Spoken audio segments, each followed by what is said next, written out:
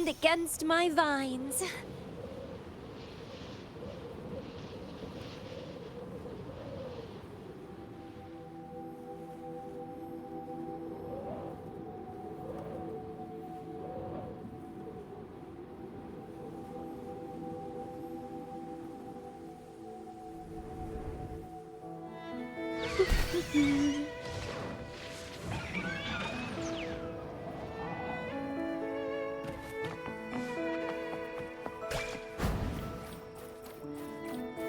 We're nearly there.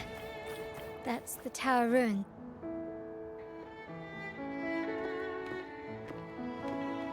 This is where my family first found the Vitrium dancer.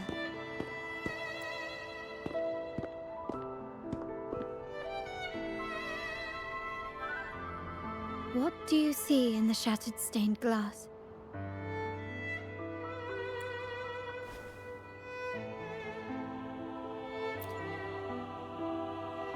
This seems to chronicle a legend of the Sentinel, and the tale of how the first Primus founded the Order.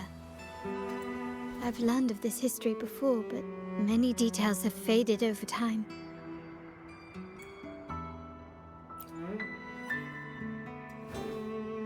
Well, art investment is one of our family's key ventures, so I've naturally picked up a thing or two along the way.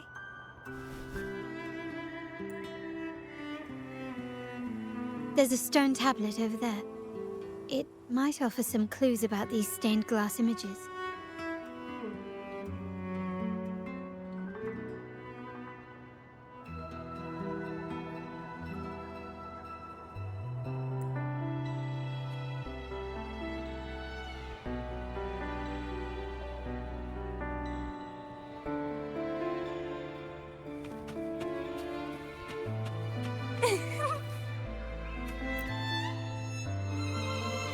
This ancient stone tablet bears inscriptions in the ancient Rinascita language.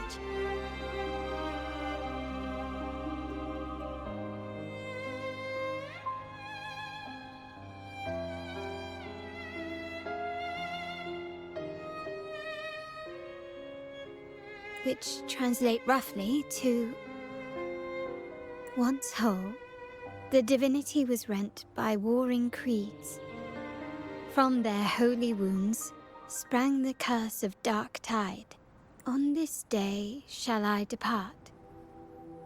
Though the woes of Rinascita yet endure, the shattered divinity hath chosen their herald. On the grandest of days, the maiden, crowned with golden laurel, shall commune with the divinity. Thus she becomes the prophesied, enlightened one, through whom Rinascita's woes shall end. It seems to be some sort of prophecy. We might have to piece together the clues from both the stone tablet and the stained glass to unravel the secrets. These ancient relics that spawn tacit discords often carry special frequencies. Likely the key to restoring them. Let's use the terminal sensor to reconstruct their frequencies and align them with the tablet's inscriptions.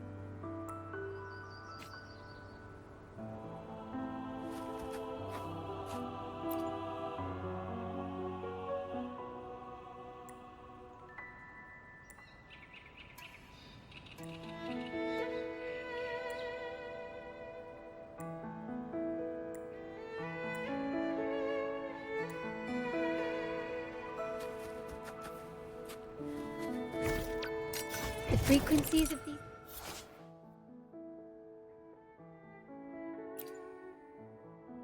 pieces have been reconstructed.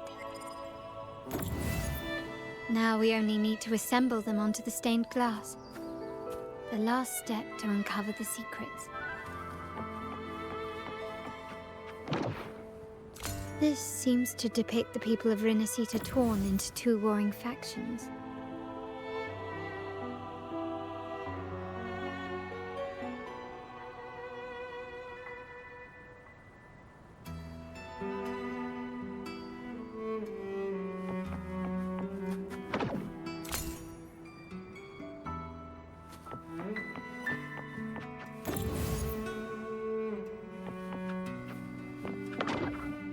This one shows a man in Primus attire, wielding a lantern-shaped relic to dispel shadows and the monsters within.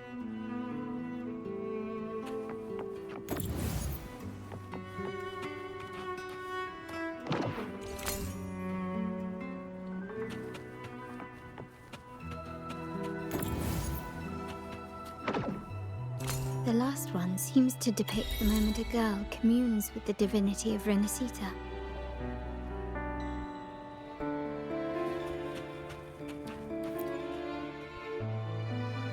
It's done. Now, let's see. Looks like these stained glass images recount a tale about the divinity. Wait. What is it? It's just... the content is rather peculiar. I'll translate it for you.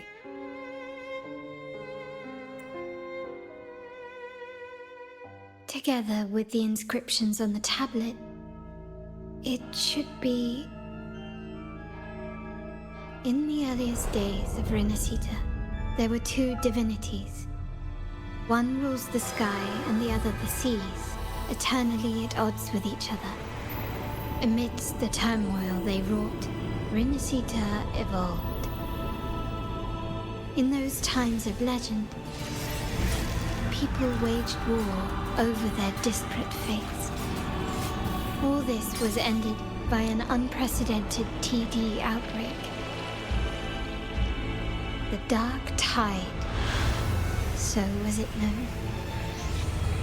It ravaged a great part of Renacita. After the Dark Tide, Napoli, the first Primus, restored civilization from the ashes.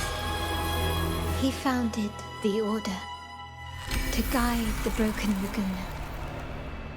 Yet, not long after, he went to be with the Divinity. On his deathbed, he spoke to the believers. Once whole, the Divinity was rent by warring creeds. From their holy wounds sprang the curse of Dark Tide. Though the woes of Renacita yet endure, the shattered divinity hath chosen their herald. On the grandest of days, the maiden, crowned with golden laurel, shall commune with the divinity. Thus she becomes the prophesied enlightened one, through whom Renacita's woes shall end. Then, the divinity shall return to its true form, and Renacita, under its glory, shall be a paradise, free of suffering.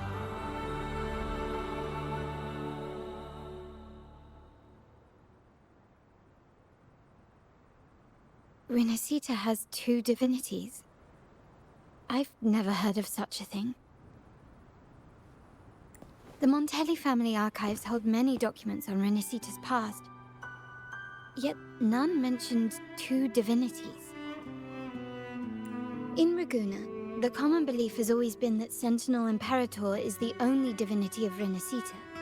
But if the images on the stained glass window were fabricated, why would the Order deface them and declare this tower forbidden? There's only one explanation. These are not fabrications, but buried truth. If this is indeed the Order's doing, we must leave here immediately. North of this tower is an island. It should be beyond their reach. Once we get there, you will discover another truth the Order has buried. Watch out!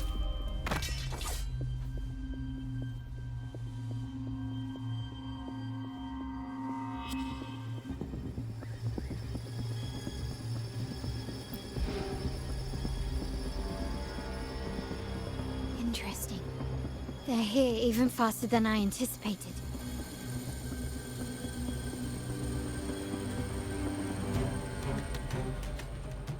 Apparently, the Order believes the images on the stained glass to be real. They wouldn't even hesitate to break their facade of neutrality, just to ensure we don't take the secrets out alive. Stay behind me. Lotus pervade! A change of perception. My compliments.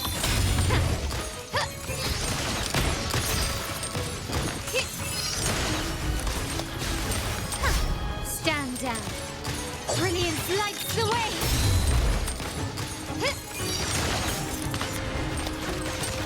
Glory demands more.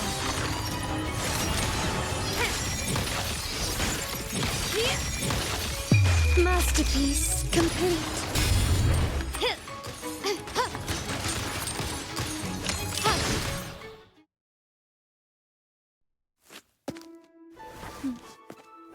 Keep it safe.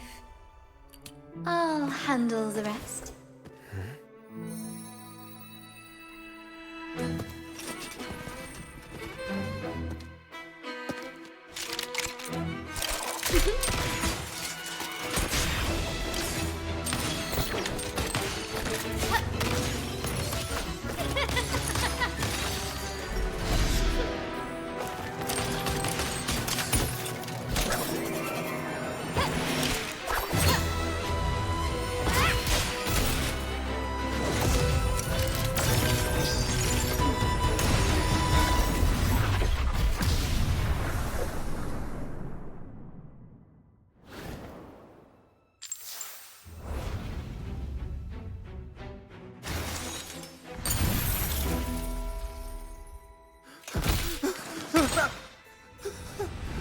Speak. Who gave you the order?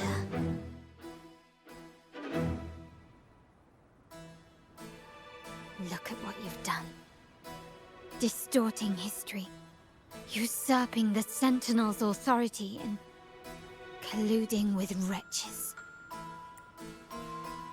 Who are your accomplices? The Fraxidus, the Phisades, and even some of the Montellis. Am I right? Ahem. Well, I'm afraid I don't understand, Miss Carlotta. It seems you too are lost to madness and hallucination. If you find yourself confused and desire the Sentinel's guidance, I would gladly arrange a personal pilgrim sail for you. Ah, so this is how you treat those truth seekers. Banish them in the name of pilgrimage. Please, lower your weapon. There is still room for discussion, is there not, Miss Carlotta?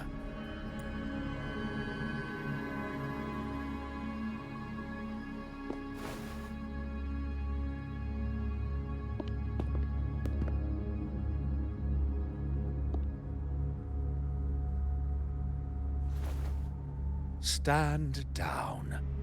Enough blood has been shed today. Imperator would not revel in senseless sacrifice. The pilgrim's sail is for the transgressors to seek rebirth, not for you to threaten our friends. Repent for your reckless words. Forgive me, Brother Alessio. Ah, honored guest.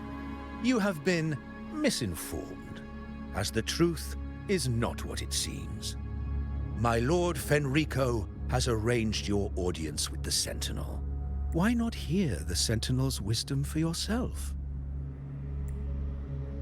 Of course. If Lord Fenrico is the true Enlightened One. However, the prophecy speaks of a maiden as the Enlightened One. Is that why you destroyed the stained glass? To pass Fenrico off as the Enlightened One? So he can seize the Sentinel's power and rule Raguna? Oh, you stubborn people of little faith. You've surely been tempted by evil and swallowed its lies. Lord Fenrico is the undeniable Enlightened One, and will guide us all. Well, I see no point in debating doctrine with you. Let's move on to a more concrete subject.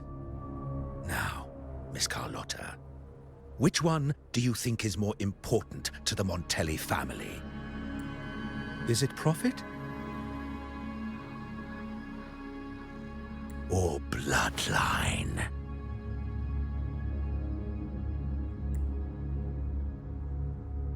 How? That's Uncle Capello's pendant. What did you do to him?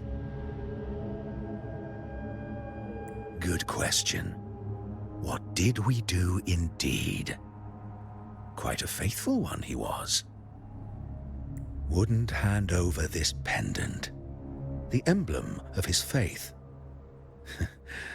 But we managed to persuade him. Whether he should be deemed faithful now depends entirely on your actions. And you know what will become of him if we decide his devotion is weak and unworthy. My actions. What do you want me to do? Raise your weapon, faithful Carlotta. Choose wisely now. Where shall you aim? Whose heart will taste your bullet?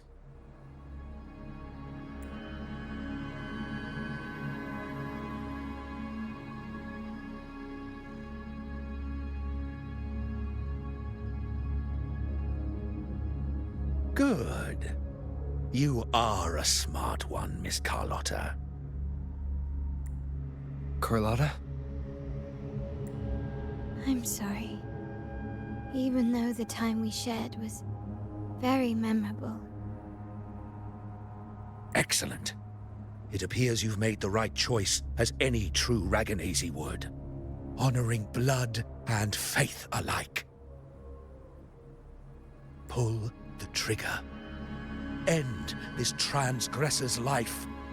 The Sentinel shall host a supreme banquet for you in the high heavens.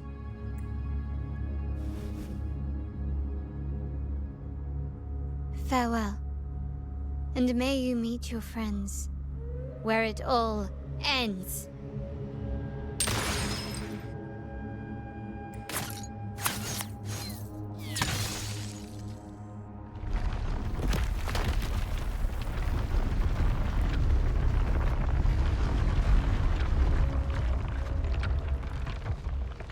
You've disappointed me, Miss Carlotta. There's a saying in Raguna, even the finest bullet can miss. It was only a mistake. So be it. I shouldn't question your faith over such a mishap. It is, after all, insignificant in the grand scheme of the Divinity. Let us bear witness to the moment divine wrath descends from the heavens.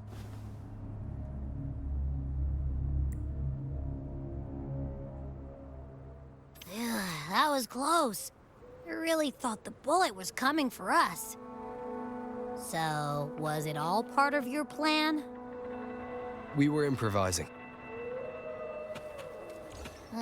Then you two sure have great chemistry. But anyway, those bad guys are still after us. So let's get out of here. Didn't Carlotta say something about an island up north? Let's go check it out.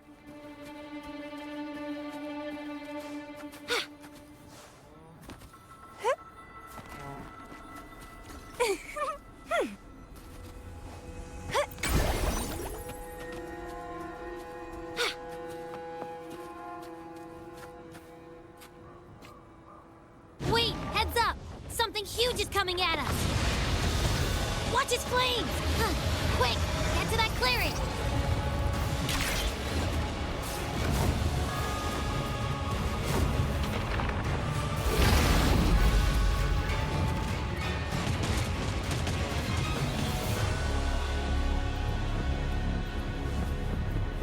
Leave it to me. Nowhere to hide.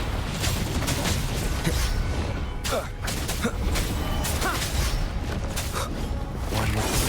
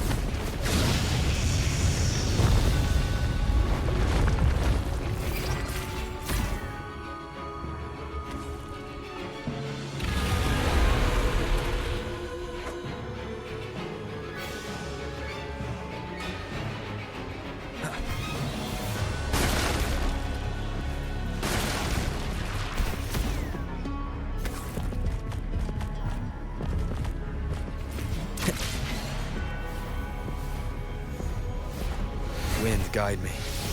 Leave it to me.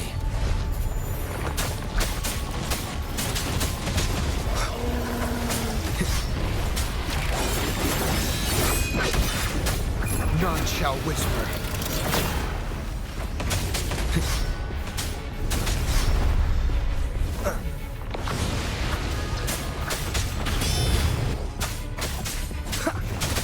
Be gone.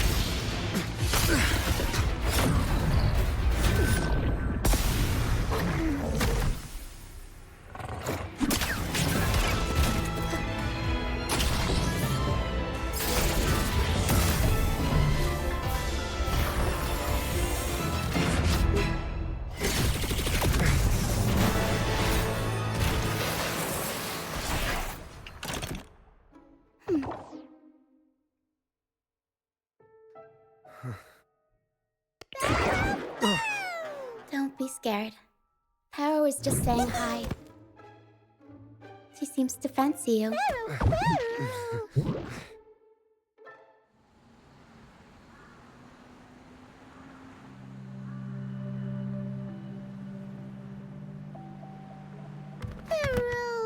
Paro? I'm not exactly one for formal introductions, Paro.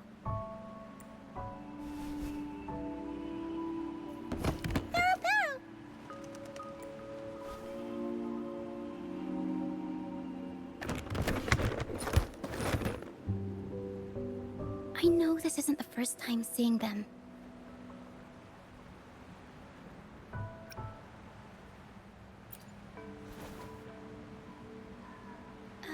Hello, I'm Ochia. We've met before on Brand's ship. I was in this box. This is Paro, the actual owner of the box. Paro takes good care of me and lets me hang out in it all the time. I've never seen Paro warm up to someone so quickly. It must be something in your frequency that it finds interesting.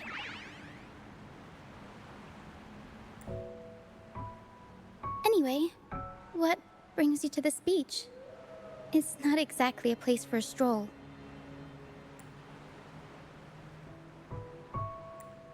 So you were attacked by that dragon and fell off the bridge.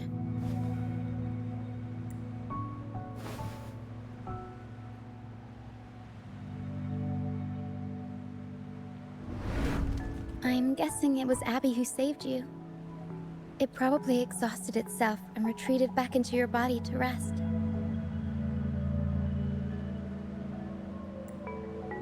I can still sense Abby's frequency, even if it's faint.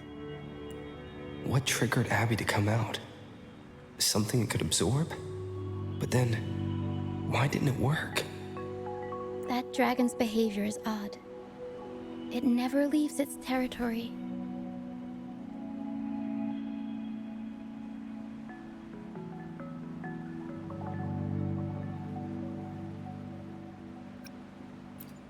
Long ago, this place was a sacred spot for the Order's pilgrims.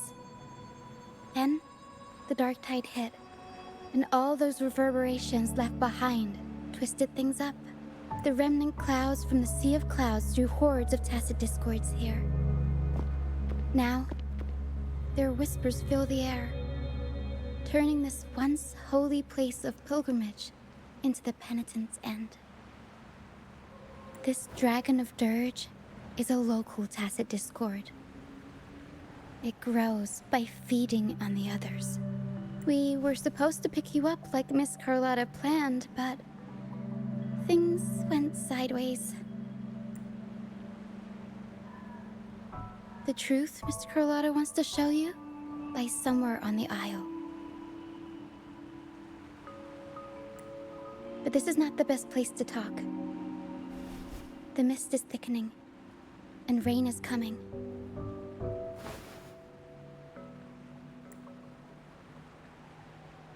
The mist is dangerous here. It traps reverberations, and when it collects enough, they quickly form into tacit discords. The captain, Brant, he went into the mist to rescue people, but he hasn't returned. We think he might be in danger. I plan to go find him. Once I'm in the mist, my frequency will draw the creepies and crawlies away, so you'll be safer here. Just in case, take this to mask your frequency and defend yourself.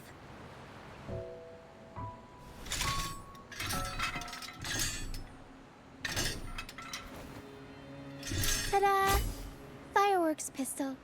One shot and it'll send the tacit discords packing.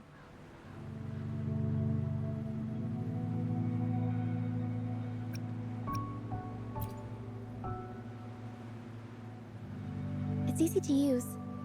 You want to see the upgraded version? Ta-da! Magnum fireworks pistol.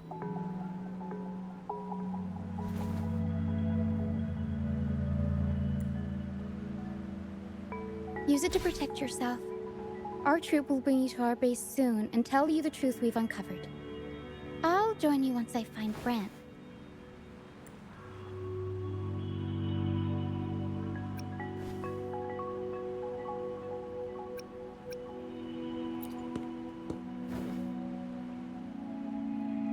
No, that's not what I meant. Just... this is going to be risky. All right, fine. It's better you see it for yourself. I'll be glad you don't have to fend for yourself alone. See that lighthouse?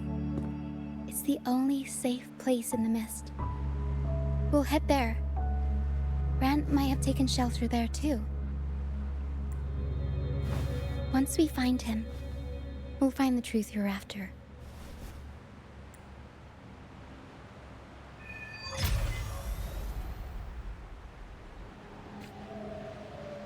The area up ahead is where the sea mist is thickest.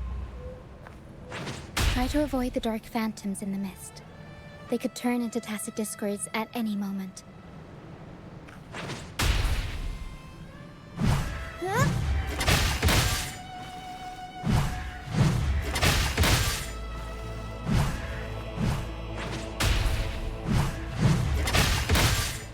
Up we go, Carol! Mamma mia! Huh?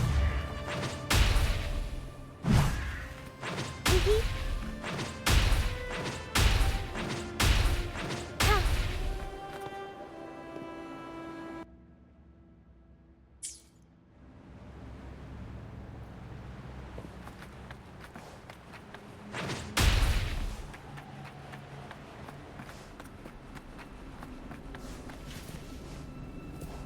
We'll improvise. Tempest Stone! Mamma mia! Huh? Huh. Ha. Huh. Hee-hee. Ha.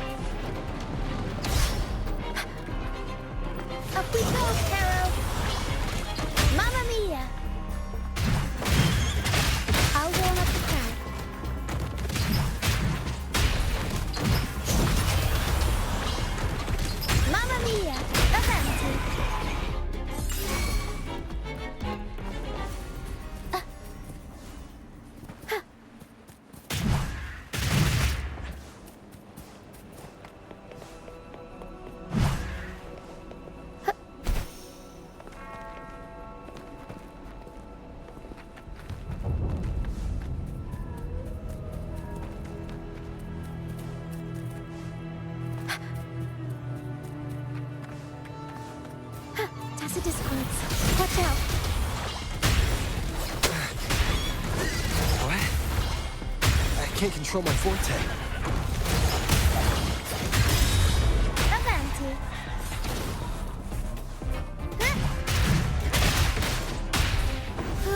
Surprise! Mamma mia! The high levels of corrupted remnant energy in the mist are disrupting our frequency stability. I can help with that. See, fighting here is a bad idea. Let's just try to avoid any threats for now.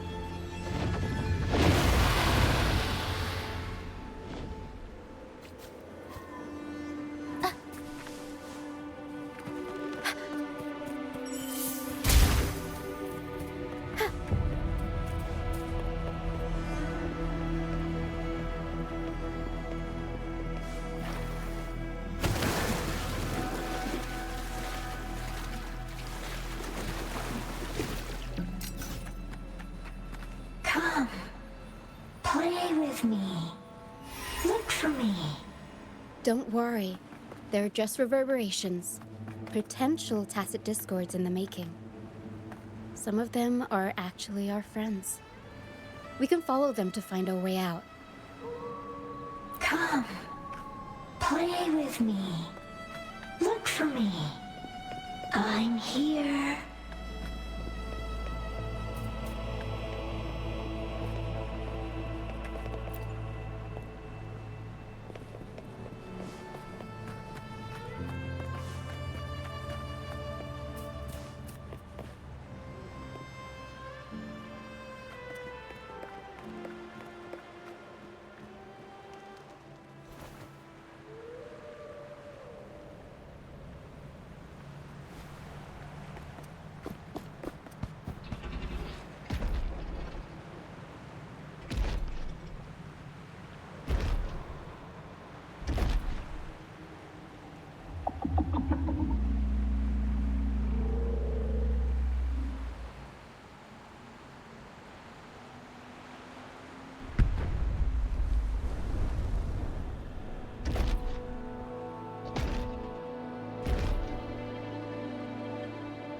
Did it lead us this way because it sensed the dragon?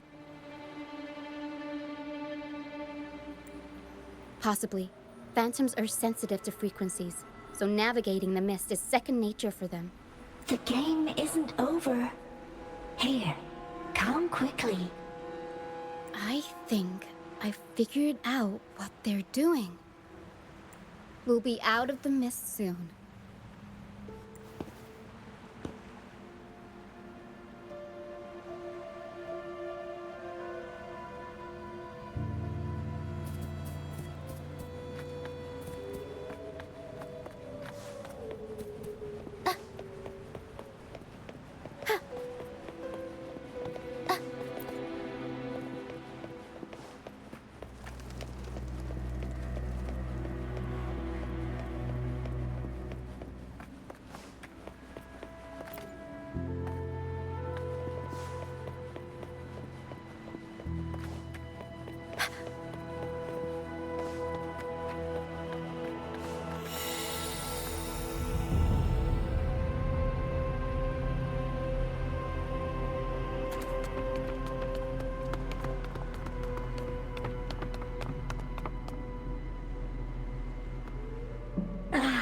Rochia, you found me. I'll always find you, but maybe don't do this again next time. Why? Isn't this your favorite game? I wanted to play with you. I know, but as your friend, I worry about your safety. My friend? Excuse me. Are you Rochia's friend?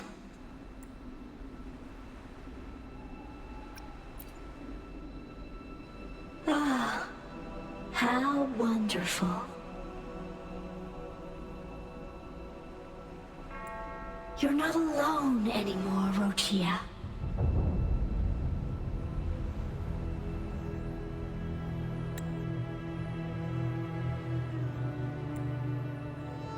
Yes, I have friends now. I'm so happy for you. All is well. Fly, fly to the high heavens. We are born free, and our souls will soar even in death. Golden phantoms are reverberations, mixed with the frequencies left behind by people who've passed away. When someone dies, the reverberations linger. Usually, they merge into the same cacophony of frequencies that spawns tacit discords. But sometimes, a trace of their final will remains, and the mist shapes this into phantoms. This lingering will helps the phantoms resist becoming tacit discords and instead guide the lost through the mist. If the mist clears, they'll vanish. If the mist lingers, their fate is sealed. It will only be a matter of time before they merge with other reverberations and become tacit discords.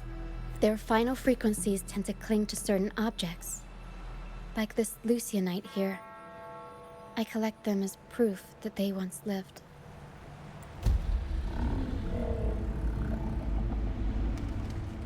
Otherwise, the dragon will devour every last trace of their frequency.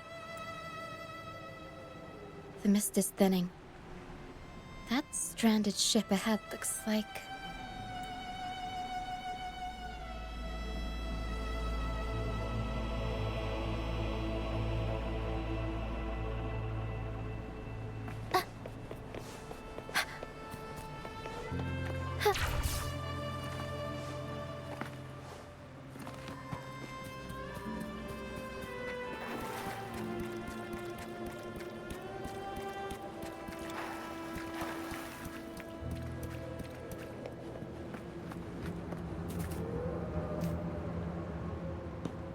Pilgrim sail. Why is it here? In Raguna, those who break the law are sent to the Order Tribunal for sentencing. Those who violate the sacred doctrines are branded as fools and sent away on the Pilgrim sail. It's said that when the first dark tide ravaged Renacida, the first Primus followed the currents on a rickety boat and met the Sentinel in person.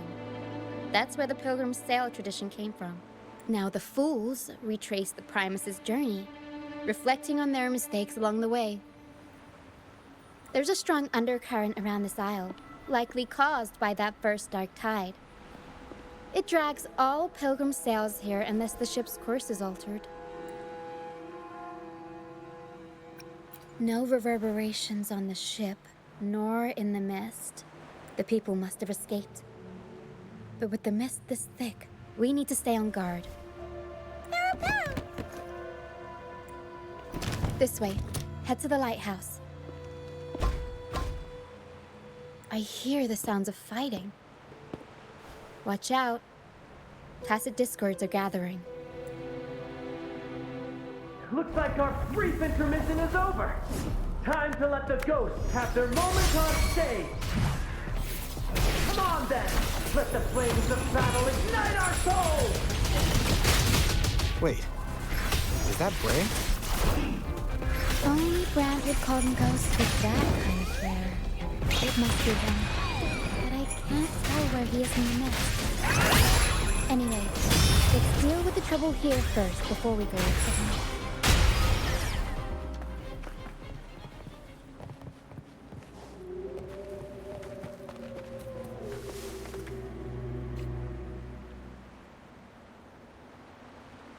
The show's over, ghosts. Time to take your final bow. Watch your back. A marvelous shot. You've earned your stripes, first mate. You're welcome.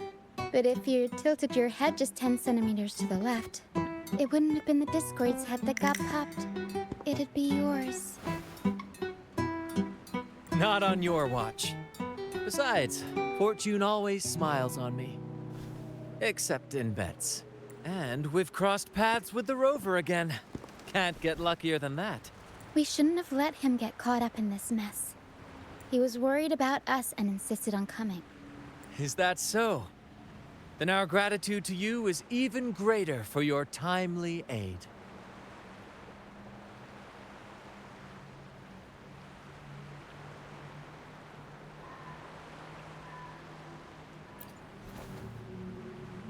To find the brightest truth, one must delve into the deepest shadows. Such bravery deserves to be hailed, my friend. Where is everyone on the Pilgrim's Sail? I was patrolling the coast earlier when I saw their ship drifting into the mist. Time was against us, so I departed alone without alerting the crew. Thank you. Don't be afraid. You're safe with us. You've got some skill, you know. Holding your own for so long in the trial against the Tacit Discords. Trial? I don't buy into the Order's nonsense. I've worked hard all my life and stayed true to the Order's teachings about forsaking earthly pleasures for divine favor. And what do I get in return? Heavier taxes. When pirates ransacked my merchant fleet, leaving me with nothing, I turned to the Order for help. They said it was a divine trial and left me to rot. I stood before the Sentinel statue, asking if my suffering was really their will. But all I got was silence. Why should I wait for peace in the afterlife when I could be living for today? How is that a crime? As for salvation, I don't believe in it. And I certainly don't need it. Here's a proposal. How about joining our troop? We are wanderers adrift upon the seas. Or perhaps you're more familiar with the name, the Troop of Fools? The Troop of Fools? Could it be? Yes, we are, like you, by the Order's decree, marked as fools. Fools on the Pilgrim's Sail often meet their demise in a storm, or they're swallowed by the waves. Even if they do survive, they still face hunger, thirst, and the unforgiving wrath of nature. Maybe it's luck that brought you here so swiftly, and unharmed at that. Look around. This is all that remains of the Pilgrim's Sail. This is always their final destination, where the fools meet their end.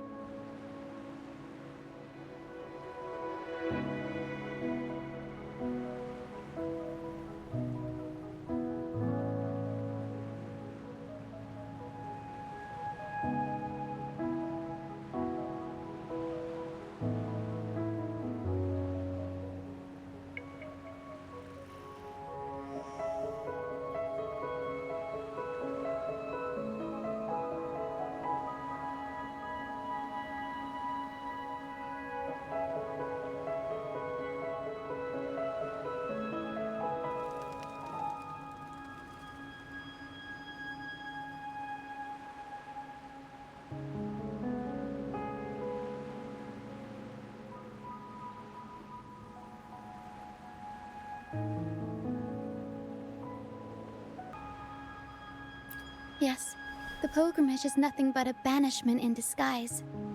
The path to salvation they speak of doesn't exist. Otherwise, how could this once sacred place now look like such a hellish wasteland? Wait. Sacred place? No wonder the others were talking about it on the ship. They believed the Order's promise that prayers at the sacrificial arena would grant them forgiveness. They must be heading up the mountain now. I didn't expect their faith to lead them that far. If only they knew it was just one of the Order's lies.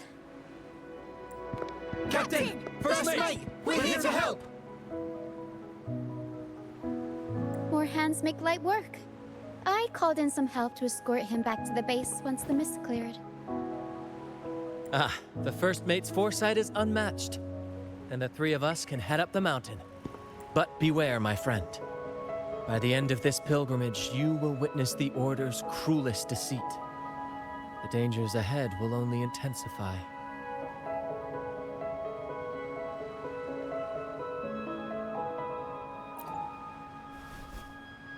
Please, save them. I hope it's not too late. Don't worry. There's more to our troop than you think.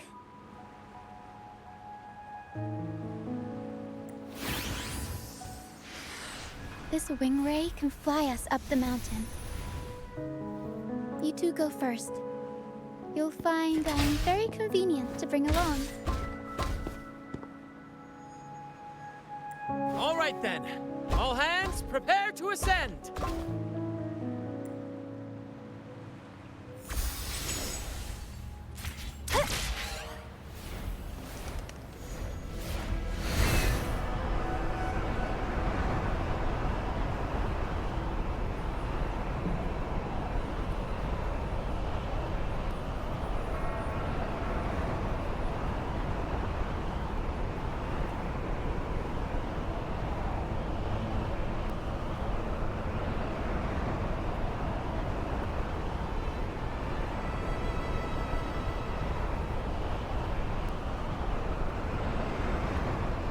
Tacit discords incoming.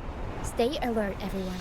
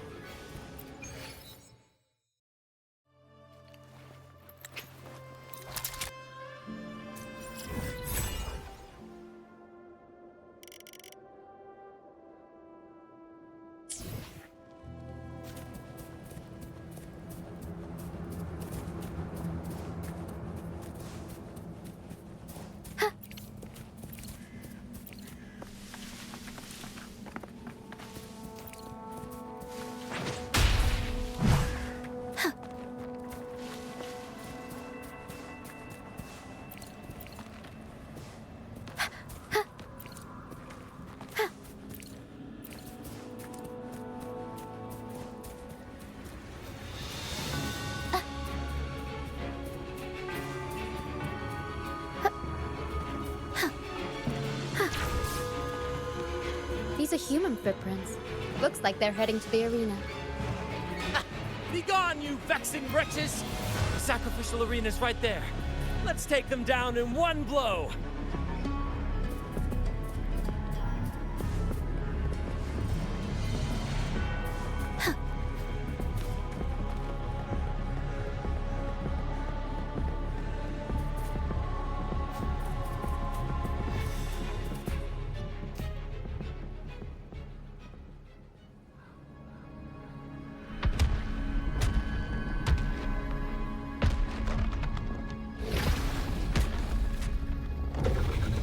Divinity above, please have mercy on me.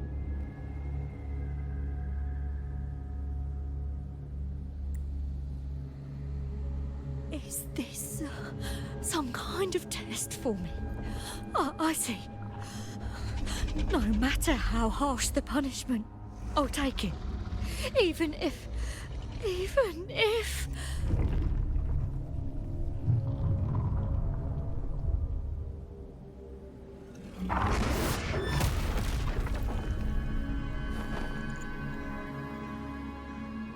Even if it means death? We've never done anything that warrants paying with our lives.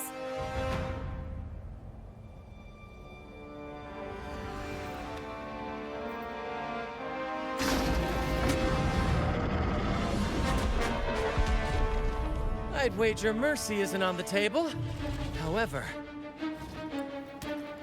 in the face of danger and adversity, the stage is set for our grandest act.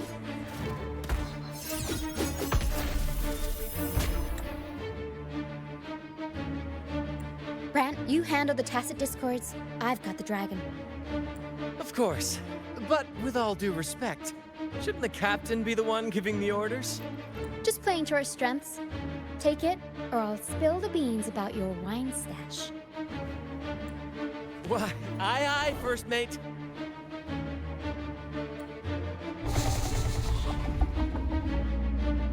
It's time to pay for what you've done, Dragon of Dirge.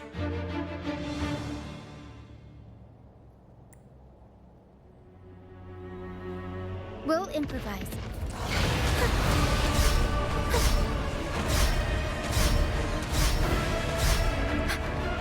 Up we go, Carol! Mamma mia! Physical damage detected. Iron graft renewed.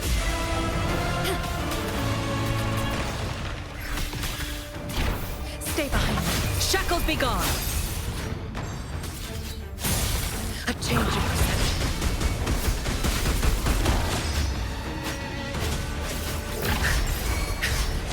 Engrave. Sprouted buddies! Don't run! Keep the dance going!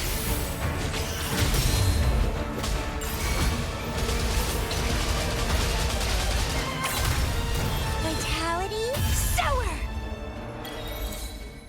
Leave it to me.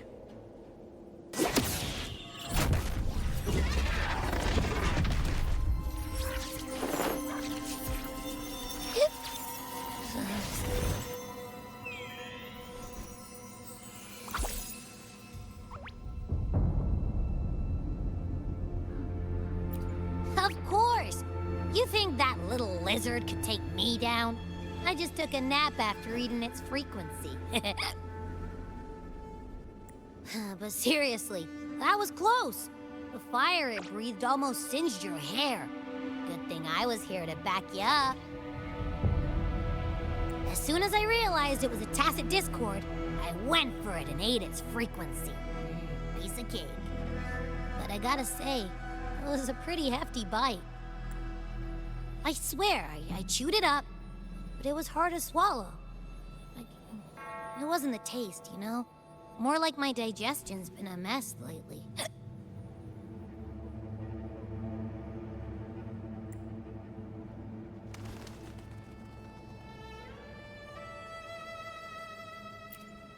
That's not the point. The real deal is, I found something crazy in its frequency. You said you somehow experienced empathy with a tacit discord back in Jinzhou, right? How about trying that again with this guy? Trust me, this could be our big break.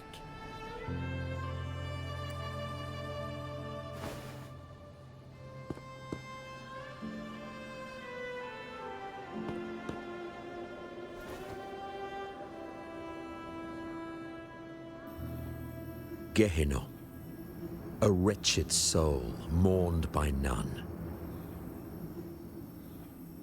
You are reborn to fulfill our sacred rite, illuminate the path of salvation.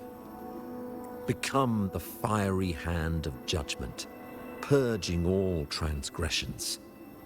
Cleanse every soul ensnared by their own indulgence.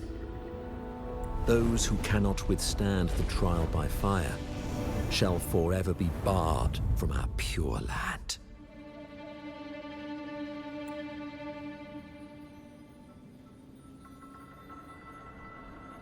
See? I wasn't lying.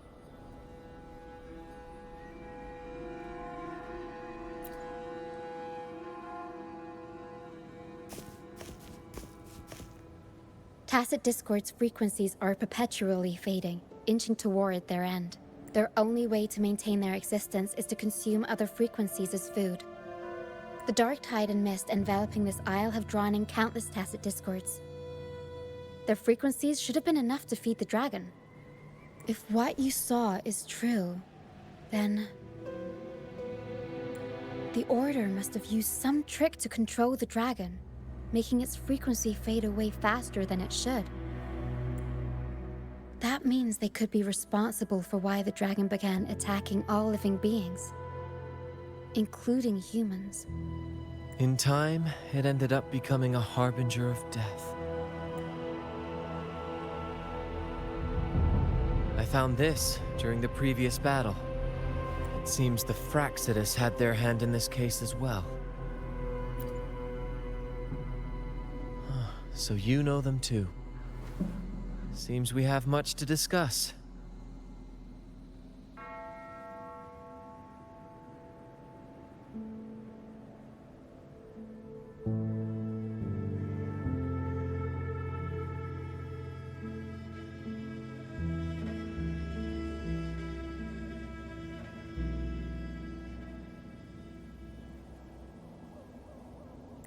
Our troupe usually earns a living by performing on the nearby islands. Sometimes we take on escort missions for merchant ships as well. That's how we first got acquainted with the Fraxidus. At first, they were just lurking about, raiding ships. But as the Carnival drew near, their actions grew suspicious. We noticed them lingering around a certain sea. Remember Cetus the Tidebreaker? The creature that attacked you when we first met? After we parted ways, we went searching for it to find out what had gone wrong. This is what we found on its tail, another Lycoris. Alas, the Tidebreaker slipped away into the deep beyond our reach. Still, this bloom leaves no doubt. The Fraxidus is behind its strange behavior. We saw what they did to the dragon. The Cetus's violent outburst must be their doing as well.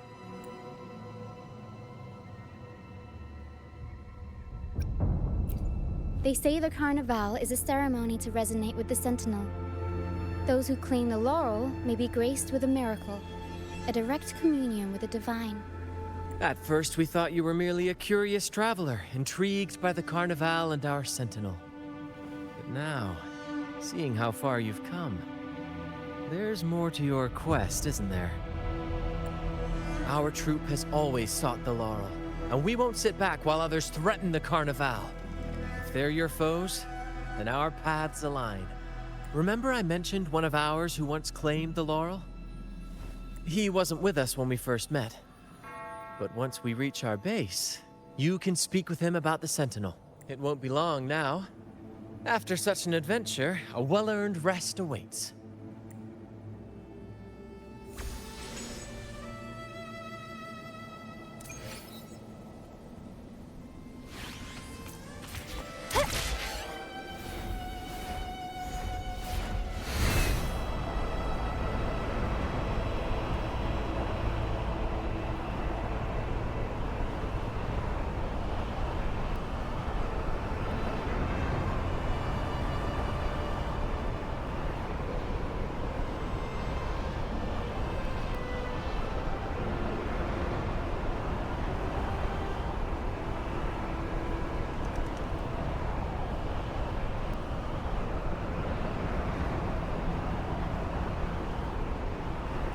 Wind against my vines.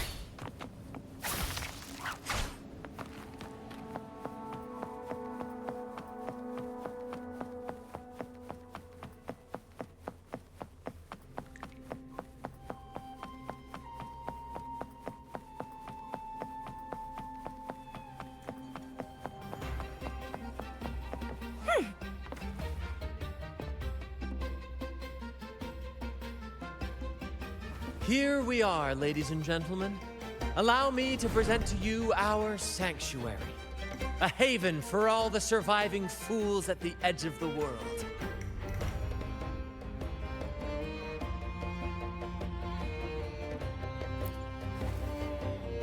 It is, my friend. We built this place from the ground up, and I dare say it's a triumph worthy of the ages. The mist does shield us from the Order, but it brings its own set of problems. Precisely why we must tackle its effects without delay.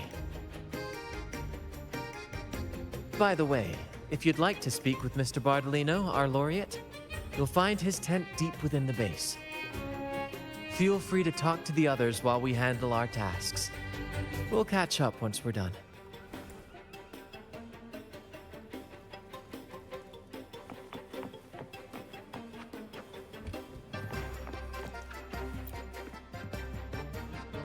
Welcome back, Brent. I heard a lot of voices coming from the mist. It's scary. Don't be afraid, Morias. They're all friends from the troupe. People we've sailed with. You said you want to be a captain, right? Sailing has its own trials. Sea monsters, storms, whirlpools, undercurrents, you name it.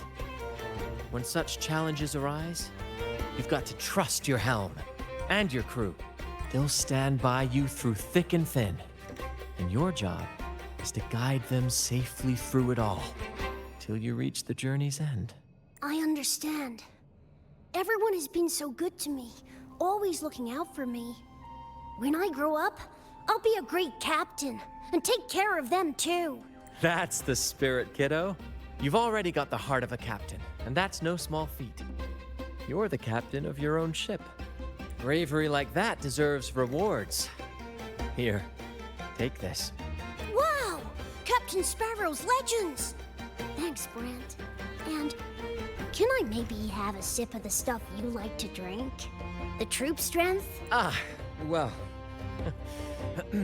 That's a special brew for captains who face the fiercest storms. When you're ready, your own glass of troop strength will be waiting. Really? I'll work for it.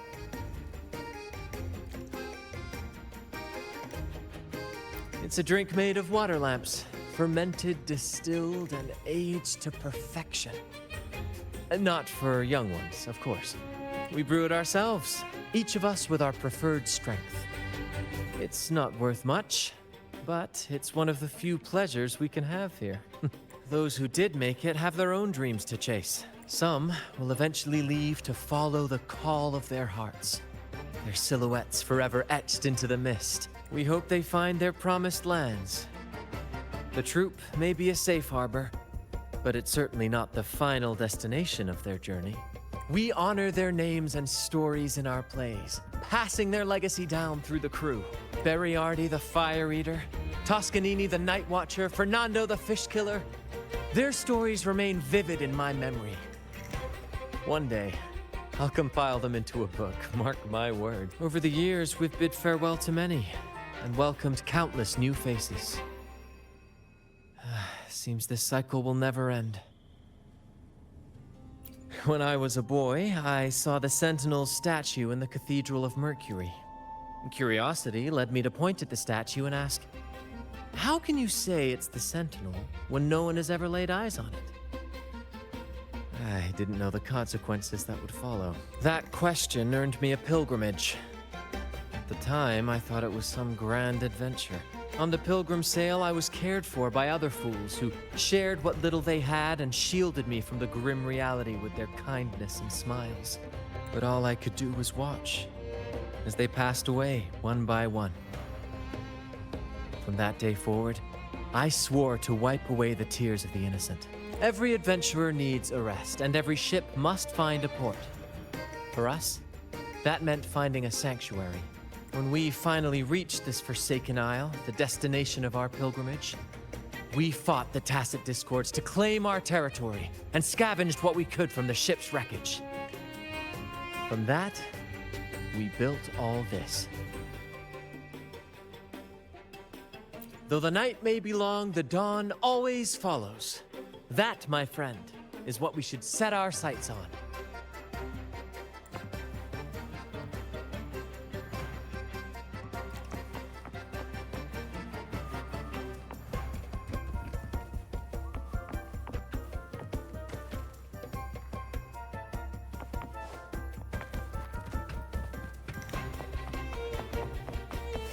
Wind against my vines.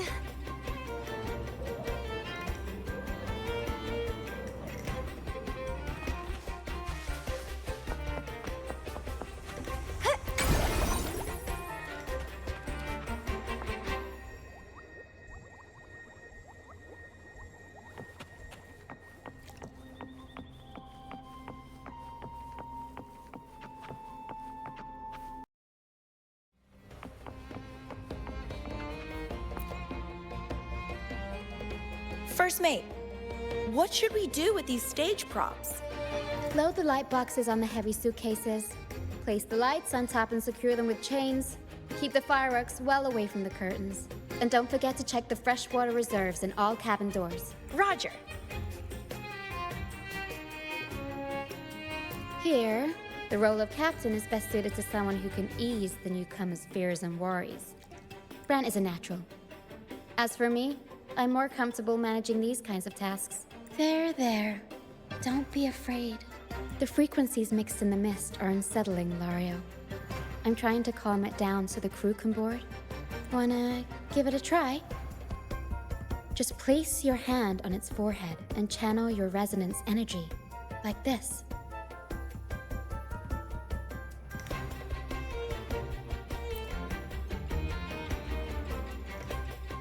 really are special. The echoes here are naturally drawn to you. Echoes can sense and respond to human frequencies. They reflect how we treat them, for better or worse. They're like reflections of who we each are. I've heard Lario's scientific name is Pliosaurus somni, an incredible creature first seen in the dream of its discoverer. It used to escort our ships across the seas, and then, of its own accord, became our stage. It has braved countless storms with us. Throughout our many travels, we've never found another like it. It must have been lonely, after so many years alone, drifting. That's why it chose to sail with us. When I was young, much younger than I am now, I performed in a play that was banned by the Order. And that was it. I was sent here with all the other performers. The play was about freedom, love, and hope. How could something so beautiful be considered taboo? I don't understand.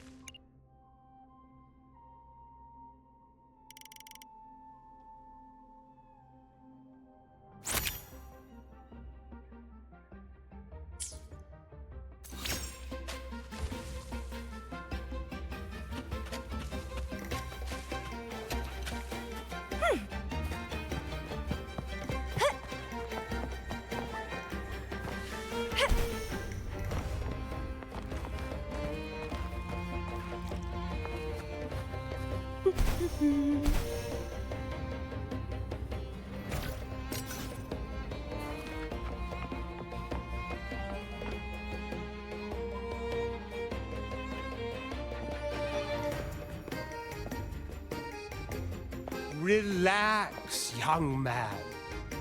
Life's only just unfurling its sails for you. Why sit there like one of those dour statues in the Order's halls? Don't be afraid to show a little spark. I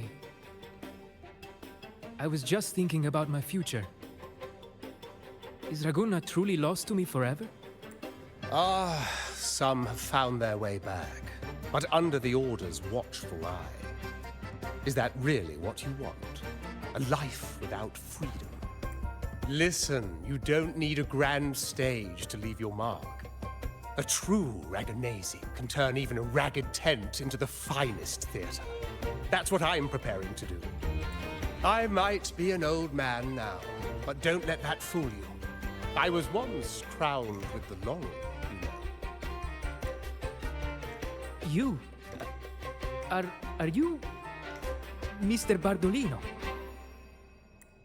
In the flesh. Ha ha ha ha!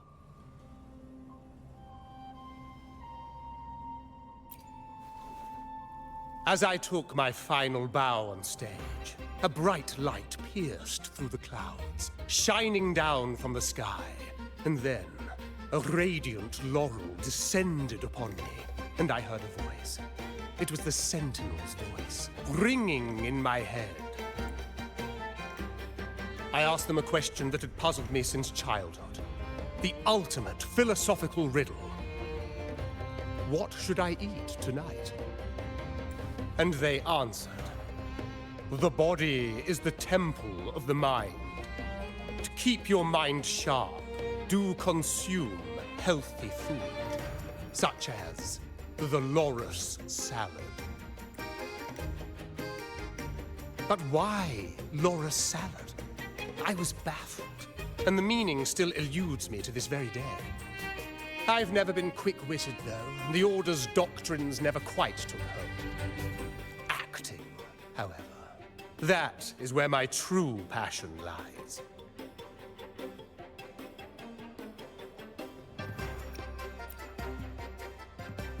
But why did a blessed laureate like you get banished by the Order?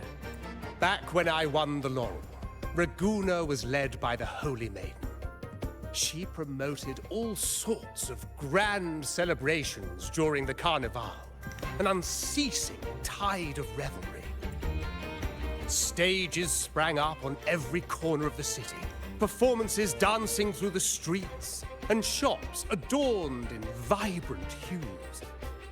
Even on rainy nights, you could still hear music playing in the square.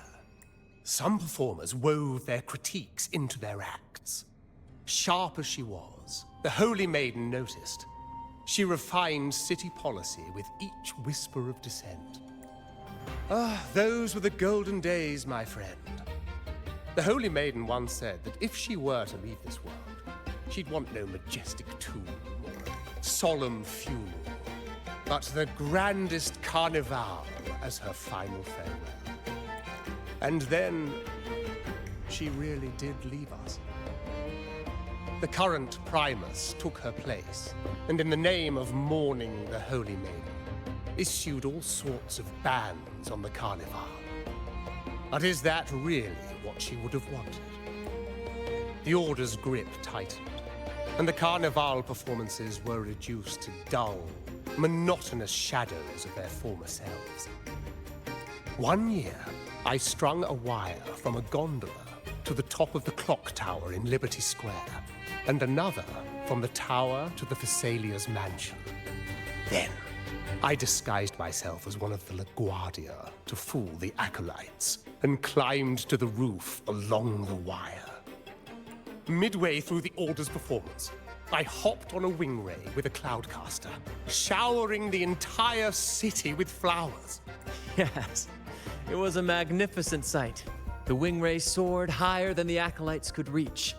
They couldn't do anything but watch golden pink petals rain from the sky for 3 whole days. They struggled to clean up the flowers from the streets, and it took a downpour to wash them all away. That cloudcaster, adapted from a music van, became the prototype for the one we use on stage today.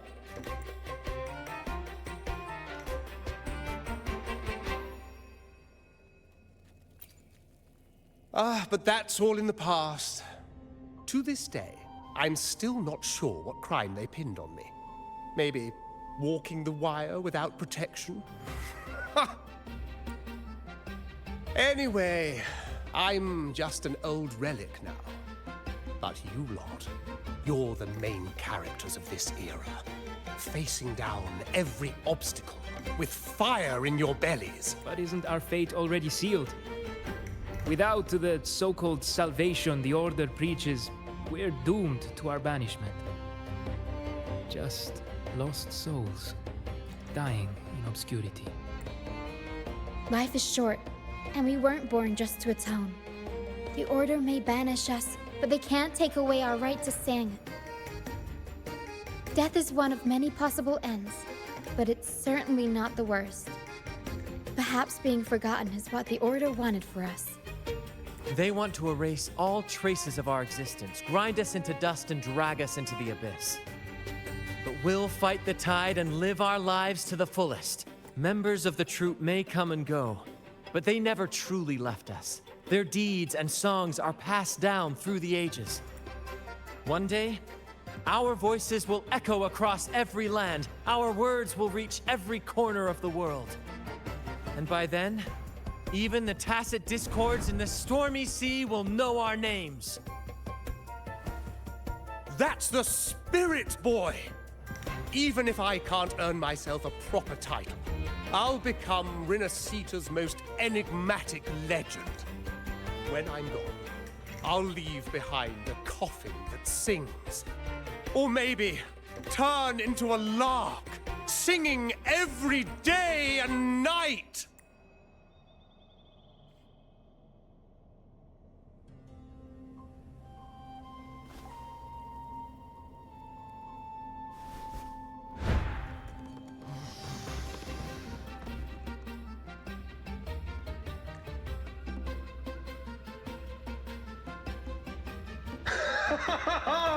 What say you, Brad? Do you like this stage design? It could be used for this year's carnival.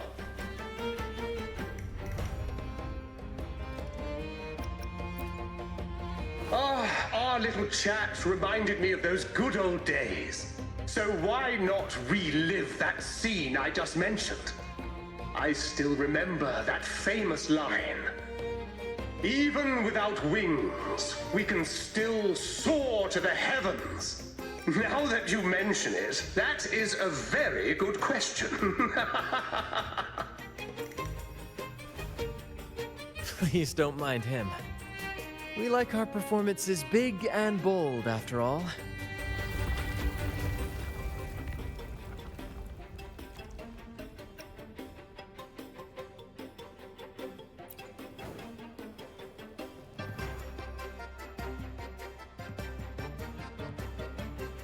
That fight with the dragon probably messed with the mountain's stability. If Bartolino keeps moving around up there, it could get dangerous. We need to find a way to get him down, and fast. We might need your help with this. Taro should have some useful items in her box.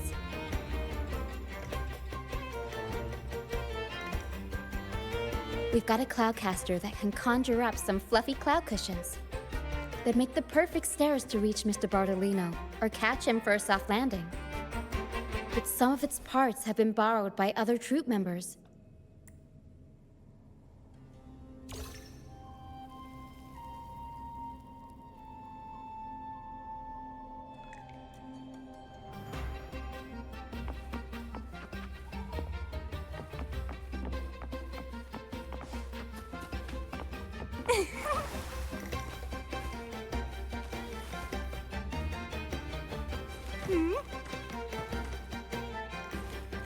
Wind against my vines.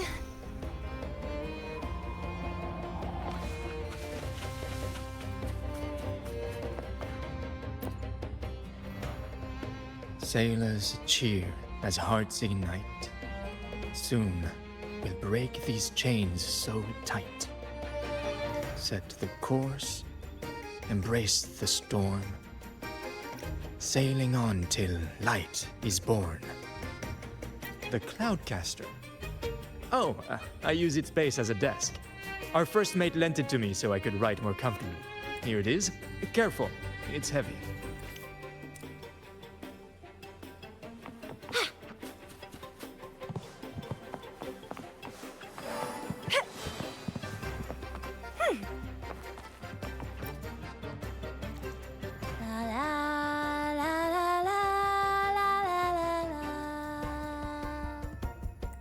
I'd rather be a wild flower, ignored by all in my own power, than a rose that bends and sways, bathed in grace, but lost in dismay.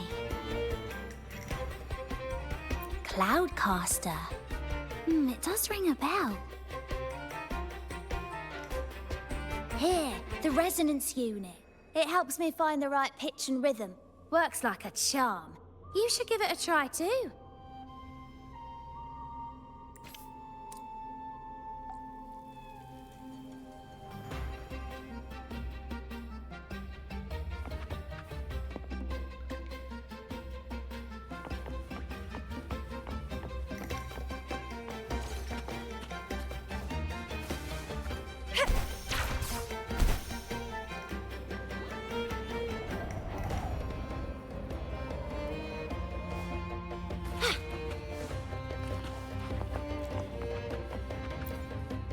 Come on, fish.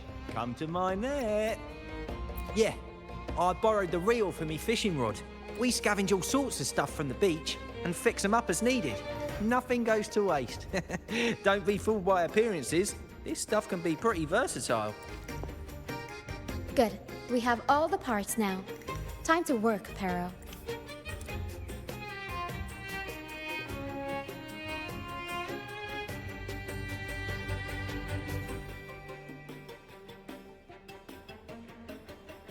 Everything's set for takeoff. Let's position a cloud cushion beneath Mr. Bardolino. Then we'll pop the balloons and bring him down safely. Although we might need a bigger cushion. The Cloudcaster's resonance unit responds to song. The louder our singing, the more powerful the effect. In that case... All right, friends, old and new, come and join this sing-along!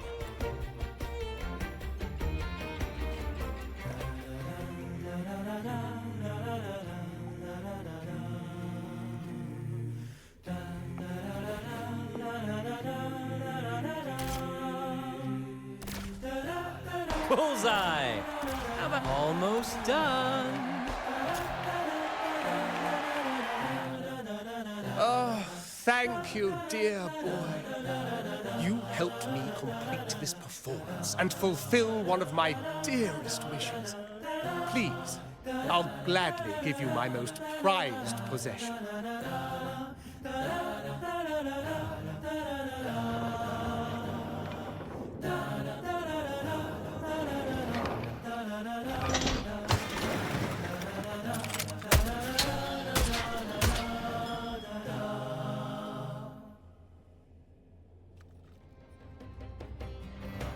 Apologies for my late arrival to such a magnificent performance. Did I miss anything? Oh my, oh my.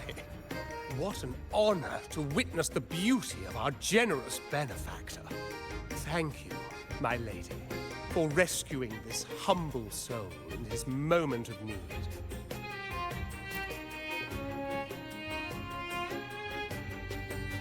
You flatter me. The family's protection extends to all who stand by us. Might I say what a pleasure it is to see you again, Miss Carlotta. You have my heartfelt gratitude.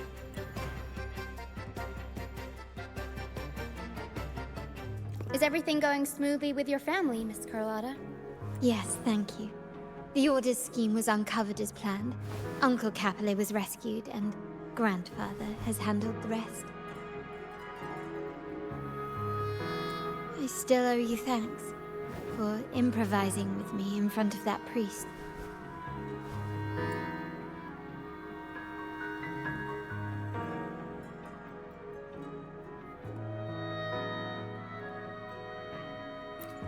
You've got a sharp mind. No pain, no gain, as Grandfather used to say. I'm pleased we're on the same page.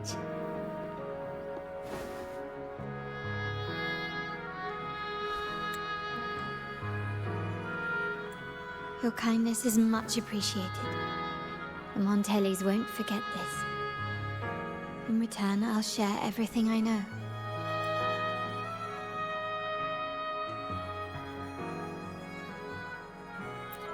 I believe you've noticed that the Order has been undermining the family under the guise of its doctrines. Alienation, monopolization, just a few tricks up their sleeve. Their true motives, however, run deeper. Their alliance with the Fraxides speaks volumes. While we don't know the full extent of their conspiracy, one thing is clear. Their sights are set on this year's carnival. The carnival is likely where you'll find clues about the Sentinel. Legend has it that the Sentinel, Imperator, has been secluded in the heavens, cut off from the mortal realm. The last record of the Sentinel is from the carnival a decade ago. At that time, the entire city was shrouded in mist. Ghosts roamed the streets. A dragon roared from the sky, and a sea behemoth raged, summoning towering waves. Do any clues come to mind?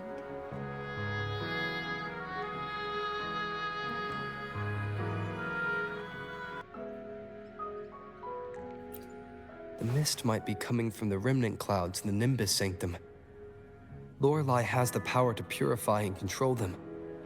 But the Fraxidus interfered. Remnant clouds corrupted by evil will disrupt Echo's frequencies. If the mist had spread to the city, it would have stirred the Echoes into chaos. We are lucky that you and Zani, along with that acolyte, awakened Lorelei in time. You prevented the mist from spreading and averted the wave-worn. The Fraxidus must still be licking their wounds. At that time, the entire city was shrouded in mist. Ghosts roamed the streets. A dragon roared from the sky, and a sea behemoth raged, summoning towering waves.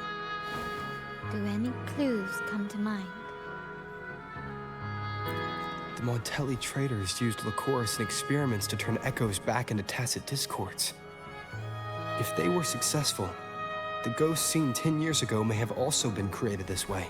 Ghost is just a dramatic name given by the Raganese for tacit discords. They look nearly identical to echoes, especially in the mist. With your help, Grandfather has thwarted their plan. No corrupted echoes will appear at this year's carnival. At that time, the entire city was shrouded in mist. Ghosts roamed the streets. A dragon roared from the sky, and a sea behemoth raged, summoning towering waves. The Order has allied with the Fraxidus to control the dragon. From what I saw when I connected with its frequency, they might be planning to command it to attack Raguna during the Carnival. After the tacit discords took over this isle, the Order used them as an excuse to forbid any entry. It might be their way of concealing the dragon's existence. But without the Lycoris, the Dragon of Dirge is now off the table. At that time, the entire city was shrouded. The remnant clouds spreading, experiments to turn echoes, and the dragon's manipulation. The Order plans to recreate these disasters at this year's ceremony. The Order and the Fraxidus are allies. To prevent the Carnival's sabotage, we must stop them. But what is their motive?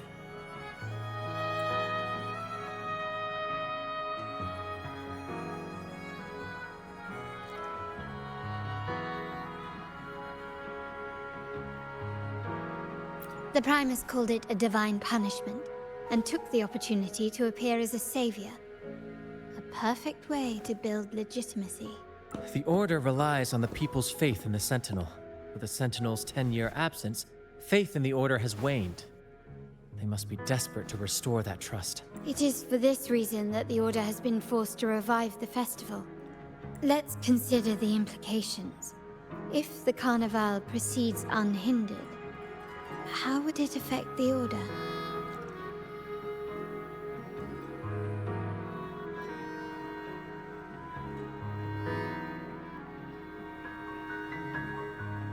The current Primus claims to be the Enlightened One, the Sentinel's Resonator. However, based on the prophecy we found in the ruins, this role is meant for the young maiden who is destined to heed the divine oracles during the Carnival. The Carnival is the only time humans can directly communicate with the Sentinel. Normally, it's the Primus who conveys the Sentinel's words. A successful Carnival offers a chance for citizens to meet the Sentinel in person. But for the Primus, and possibly the Order, it poses a threat if they've been fabricating the oracles. To sabotage it while still maintaining their authority, they partnered with the Fraxidus. The Fraxidus will cause chaos during the Carnival, and the Order will swoop in as the saviors, restoring public trust just as they did before. So far, you've helped us crush 3 of their schemes. But one remains. We have evidence that the Cetus is being manipulated, and the Fraxidus are setting up their final plan. With their whereabouts unknown, we'll need to adapt our strategy as the Carnival unfolds. From what I've noticed, you're not one to act passively or pin your hopes on others. You prefer to strike first and steer events in your favor. Winning the laurel might give you the chance to talk with the Sentinel. The Sentinel's Resonator may also be present. So...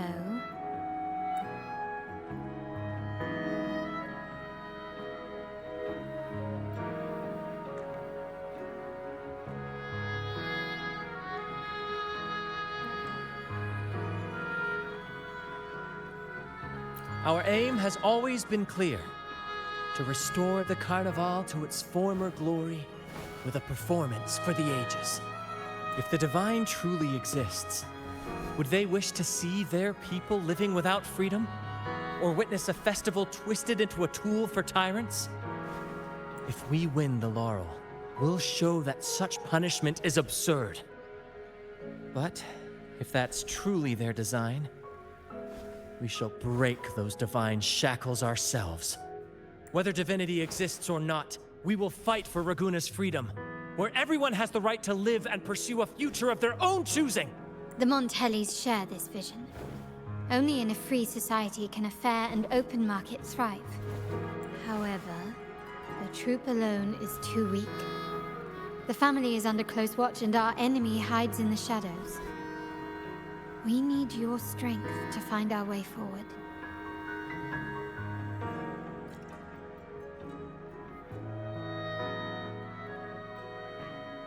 Thank you. I'm pleased we've reached an agreement once more.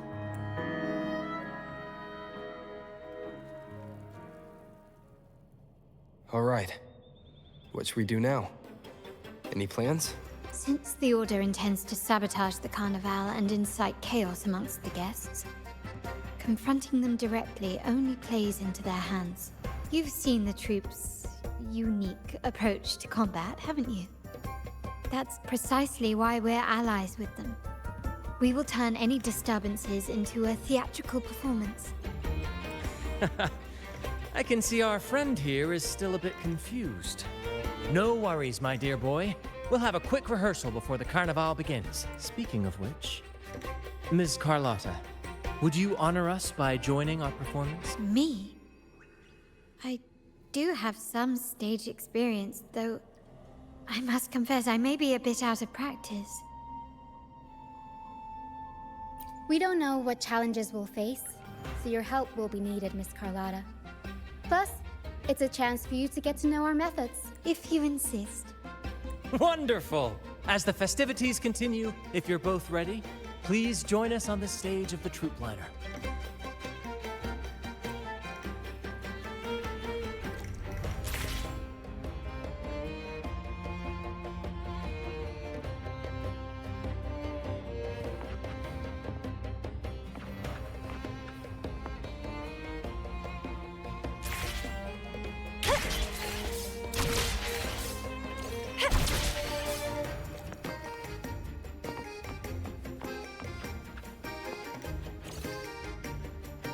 Our rehearsals are rather straightforward.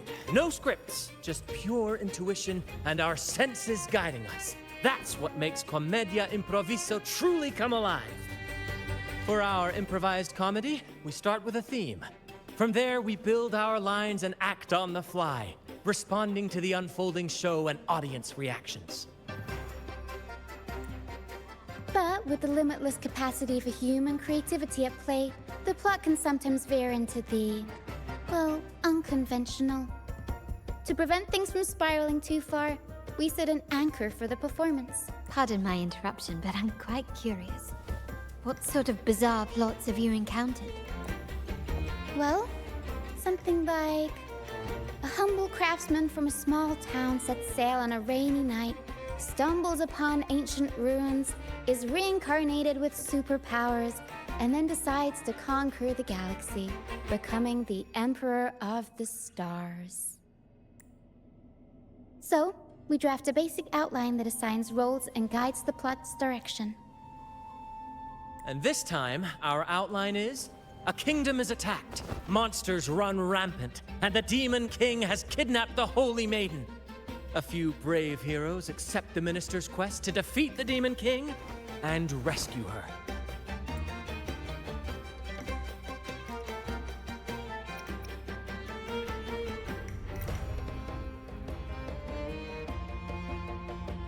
This outline holds special meaning. We want to pay tribute to the play once performed by the Blessed Maiden herself, which was also about a hero facing a Demon King. Good people have their wishes fulfilled, heroes appear in a time of crisis, justice triumphs over evil, and united friends are undefeatable. This is the tale the Blessed Maiden once told, and it's a universal story we want to portray. To me, the world is a stage, and performing is much like combat. Coordinated movements, quick thinking, sharp reflexes, and, above all, trust in your allies.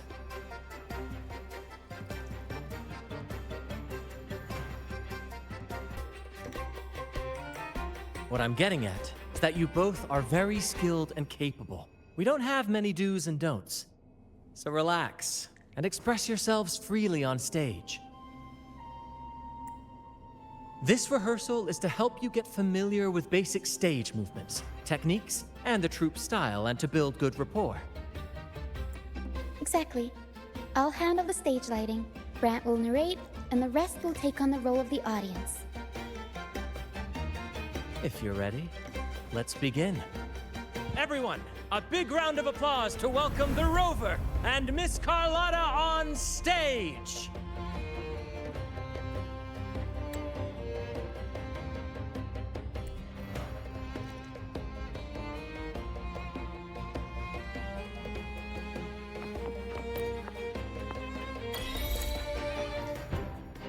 All right, next I'll spin the prologue of our tale, setting the scene for how our brave heroes first crossed paths. Once upon a time, a hero roamed the world. Undaunted by the lack of a divine vessel, he embarked on a perilous journey across tempestuous seas. Alone in the dark, a young girl of untethered spirit soared against towering barriers with wings of defiance. The winds of fate brought them together.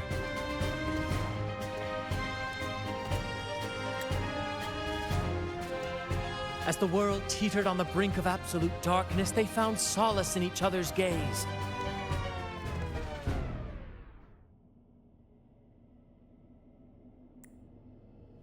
Together they became unshakable allies, standing strong against the tides of fate.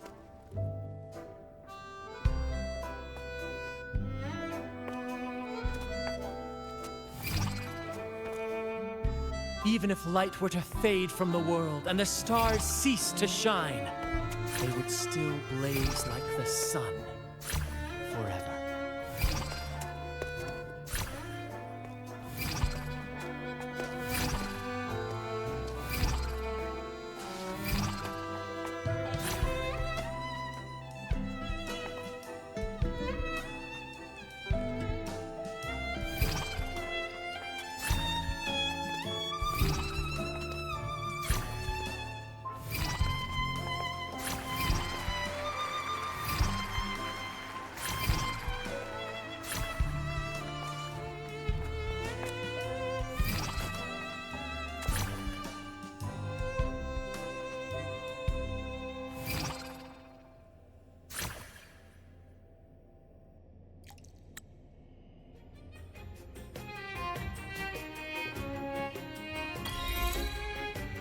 Bravo! Bravo!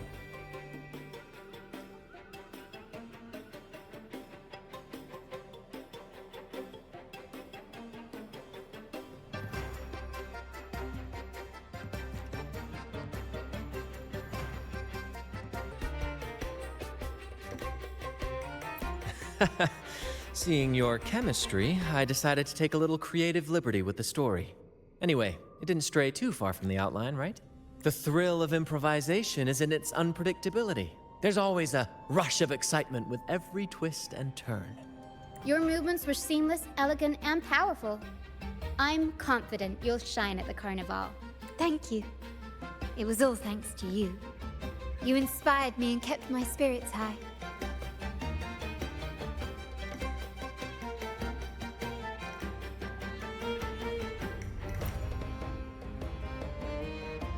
You'll master it in no time, I'm sure. All right, that's enough for today. Let's save the grand reveal for the carnival. Oh, and speaking of which, there's still something we need to prepare for you, isn't there? You mean the essential item for the Carnival performance? Don't worry. I've taken care of everything. Oh, so it's handled then. I can't wait to see it.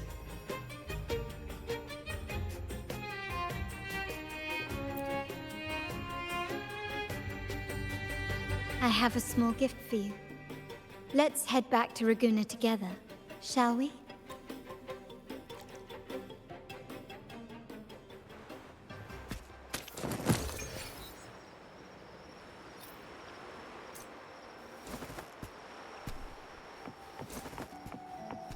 This way. Please, follow me. Where are we going? Please allow me to keep that a secret for now. I wouldn't want to spoil the surprise. But here's a hint. You've been there before.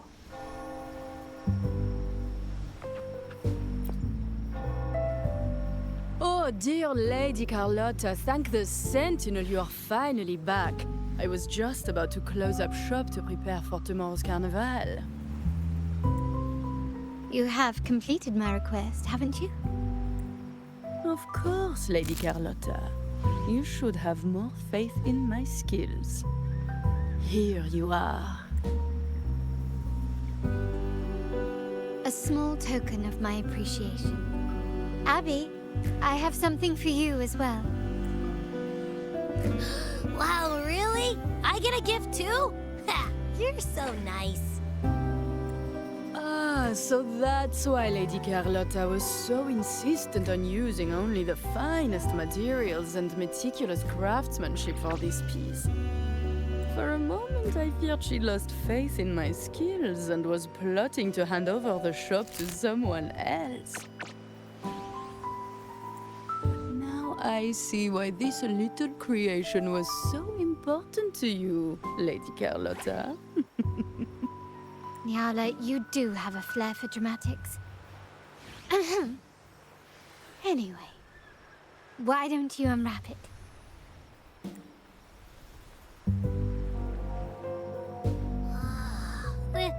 This is... I took the liberty of having Nyala custom make this mask based on my impression of you. I hope it suits your taste.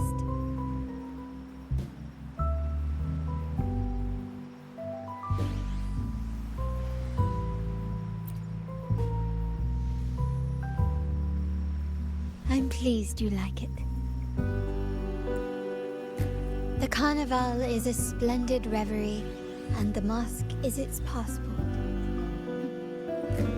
May it help you navigate the Carnival with ease, and let you enjoy it to your heart's content. We will, for sure. May I take a bit more of your time? Walk with me through Raguna tonight. I have some additional information to share with you. Raguna.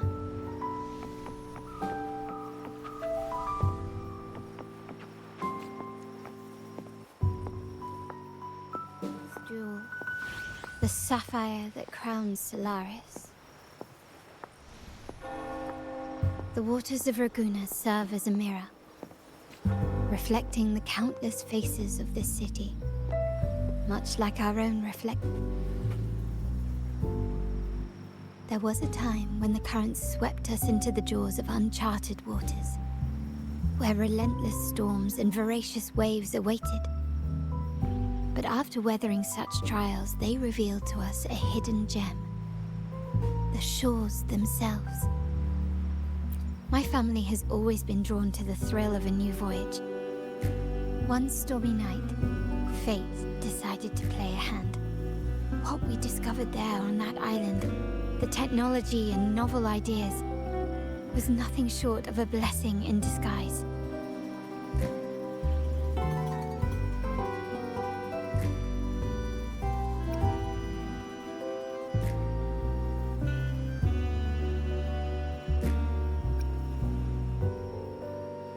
There exists only one relatively safe route from the Black Shores to Raguna, a path known solely to the Montelli family. As long as you stayed on this course, You were bound to encounter the truth.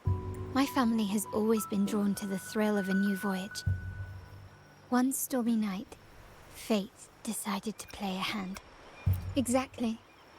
When we heard the Blackshaws were hunting for a legitimate entry into Raguna, I thought, why not bring them into our little venture? Hence the invitation. My family has always been drawn to the thrill of a new voyage. One stormy night, fate decided to play. Our intentions might not be as grandiose or ominous as you think. We seek liberation, and to achieve it, we're pursuing the truth behind Renacita's origins. Legend has it that when people first arrived on this island, Genesis Nexus was already here, welcoming them. The prevailing belief is that the Sentinel gifted us this technology, and despite nobody ever seeing the Sentinel in person, we talk with them through supposed telepathy. Notice anything strange about that story?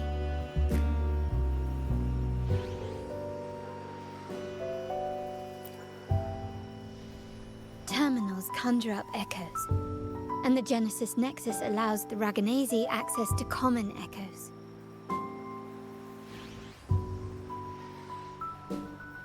If the Genesis Nexus was present when the first settlers arrived, who built it? And really, if no one's ever laid eyes on the Sentinel, how can we be so sure that statue really represents them? It seems to me the Order might have spun us a tale, hiding the true origins behind their grand myths.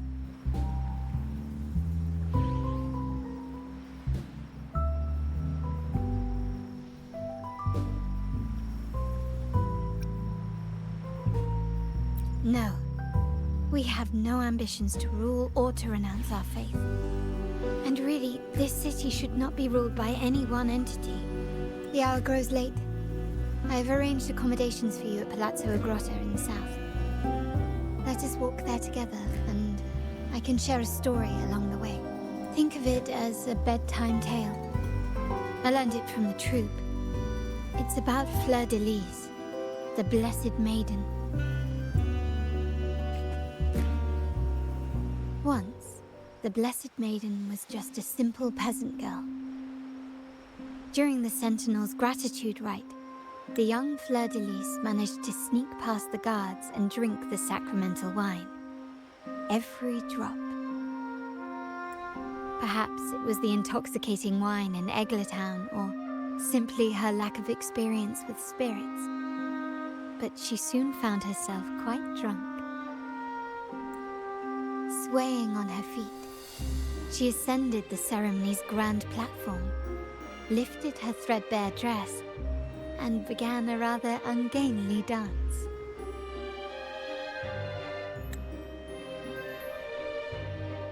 Seizing the sacred horn, she played a carefree folk tune, dodging the guards and weaving through the crowd with surprising agility. Remarkably, the crowd, as if drawn by an unseen force, followed her lead, transforming the solemn ceremony into a wild parade of cheers and revelry. Naturally, the Order was less than pleased. The pilgrim sail did not yet exist, so Fleur de Lis faced 3 days of confinement. During that time, she used her prison walls as a canvas. That unforgettable day of disordered revelry left a lasting mark on all who witnessed it. Is it not remarkable? A rebellious girl, chosen by the Sentinel to become the Blessed Maiden. If the Sentinel indeed permitted such a girl to serve as their spokesperson, it suggests that all this joyous revelry is not something they disdain. Perhaps they too enjoy poetry, painting, tears, laughter, romantic tales of nights, and dancing amidst crowds, much like ourselves.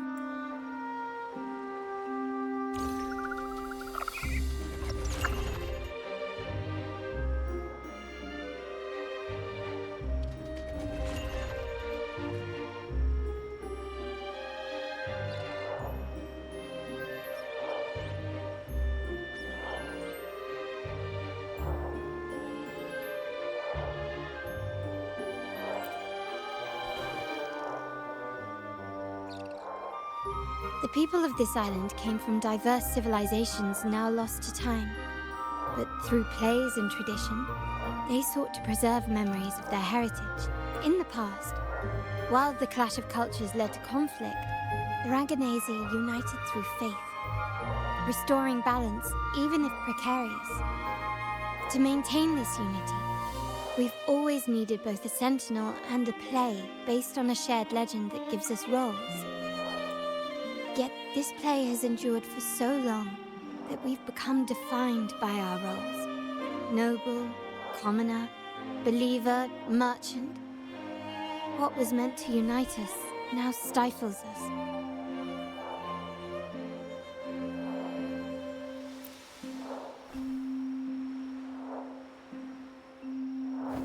Now, we yearn for a day when we can truly set aside our titles and positions, express our true selves, and join together in celebration.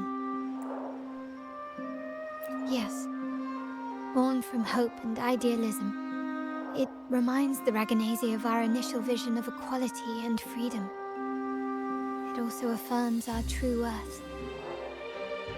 While the Order's true intentions remain unclear, we are certain their influence has already eroded the very foundations of our society. People revere the divine figure the Order has constructed, yet they also live in fear of punishment. Legends become accomplices in fostering ignorance, and faith becomes the loyal executioner of cruel punishment. An invisible cage has trapped us all. Speaking of freedom within a cage is absurd. Fear and ignorance are our foremost enemies. This year's carnival will spark a flame fierce enough to burn down that cage.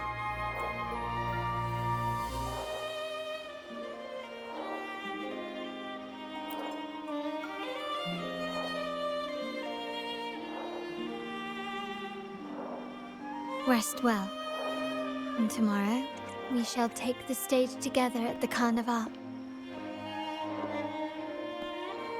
Good night. May your dreams be sweet.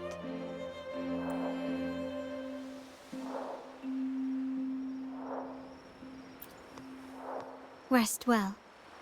Good night.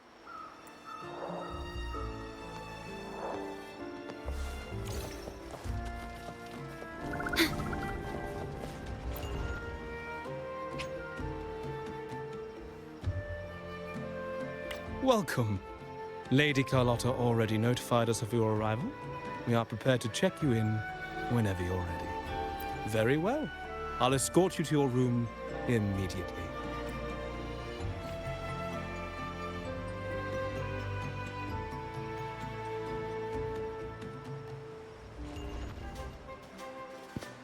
Wow! Is this real? Pinch me! I can't believe how different everything looks. So this is the carnival, huh? Yeah!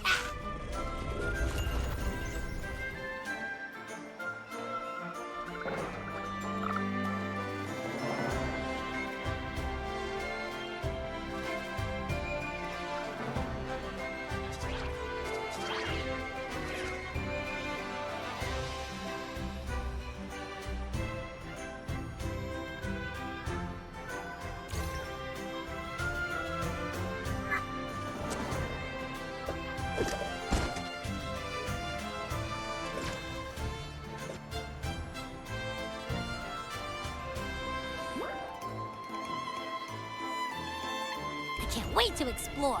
Oh, by the way, it's been a while since we last saw Zani and Phoebe. Wonder what they're up to right now. All right, let's go. We should also keep an eye out for anything unusual along the way. Miss Margarita, is my order ready yet? Yeah, I was about to say, I have been waiting.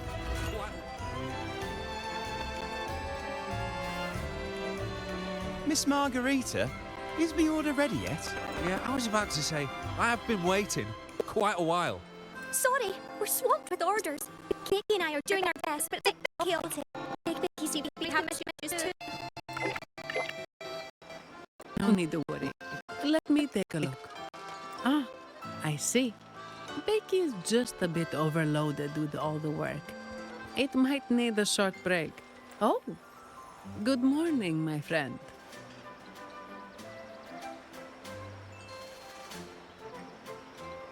I'd love to, really. Look, see this mask? However, it's crystal clear to me that keeping things running smoothly is a top priority right now. Lady Carlotta has already briefed me on your plan. Along with the other family members, you can count on my full support. Miss Margarita, is my order ready yet? Yeah, I was about to say, I have been waiting for quite a while.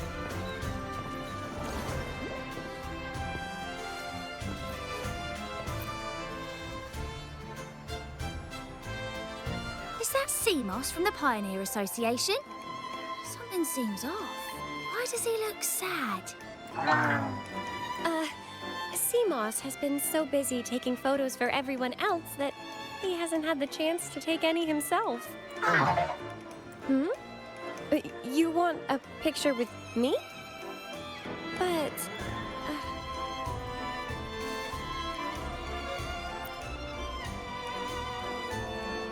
Oh, hello. Well, thank you.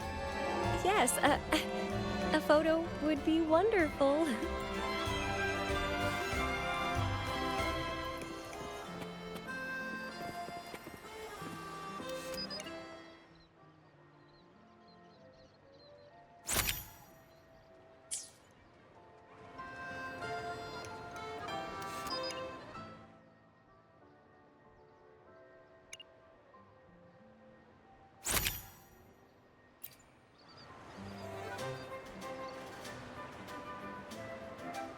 Ah, Rover and Lady Phoebe!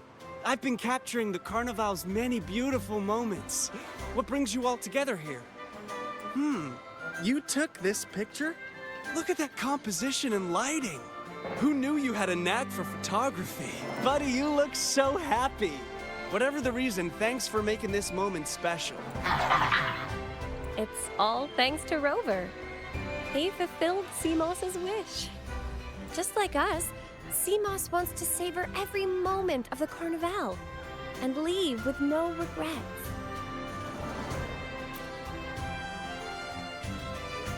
The Sentinel cherishes their people, and as followers, we find joy in witnessing everyone's happiness. But we have our duties, ensuring order during the Carnival. I'm sorry, I can't join in the festivities. I wish you a wonderful time at the Carnival.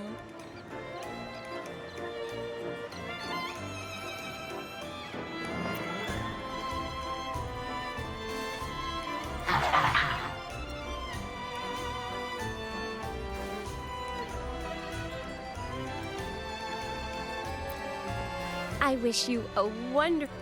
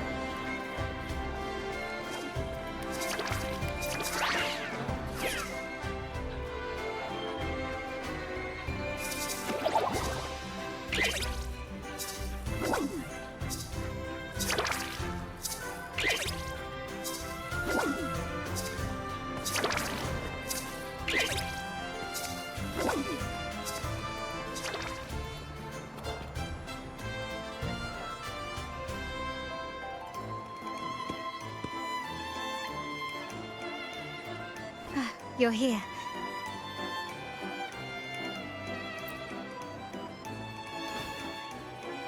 All's seems well for the moment. The family is prepared. They'll support our plan should the need arise. We must remain vigilant. The Fraxidus may be lurking, observing our every move. It's nearly time. The troops should be arriving at the harbor shortly. How do you feel? Ready to step into the spotlight?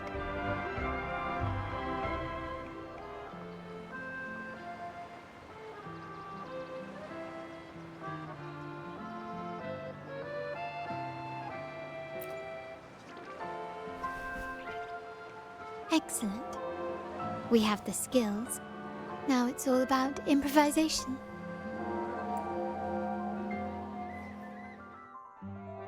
The time has come.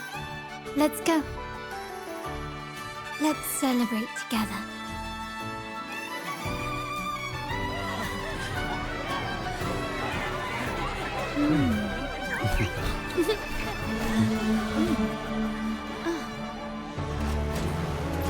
When freedom is unchecked, the insidious evil of division takes root. People of the Sentinel, do not lose yourselves in these fleeting pleasures. Remember what unites us all.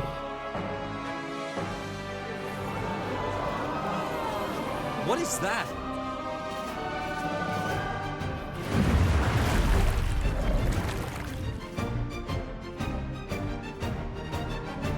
Friends! Why lead a life of restraints?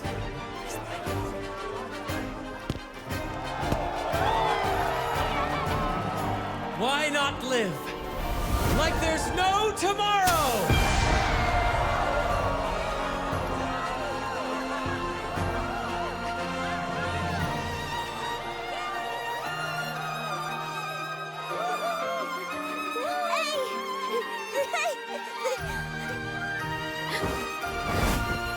High walls fall fast.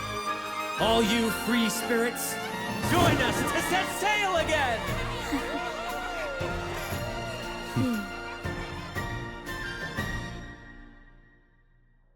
That woman. She's with the Fraxidus. I need to follow her and find out what she's planning.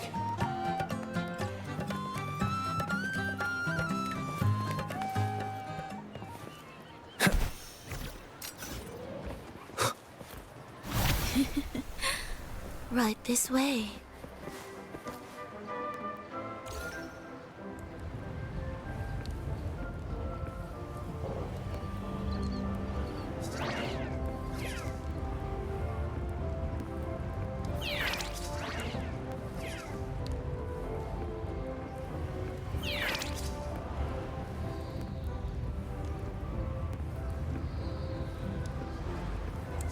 I've lost her again.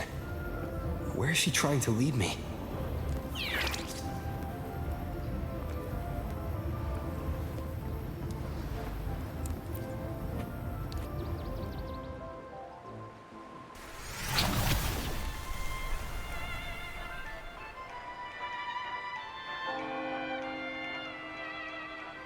Ah, we've arrived. Such a small world, isn't it?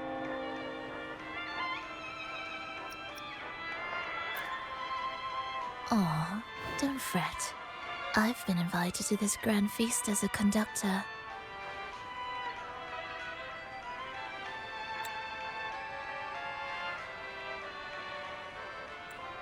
Decadence, indulgence.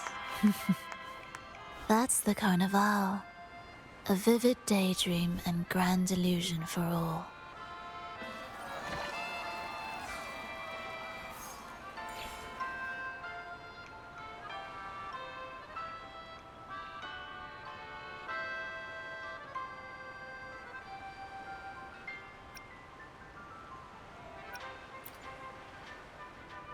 No need to worry. I won't disrupt their little daydream. Besides, we still have business to do here. Now that you know what makes the Sentinel so unique, you should know we seek the same thing. that extraordinary resonator. How about I share a little story with you?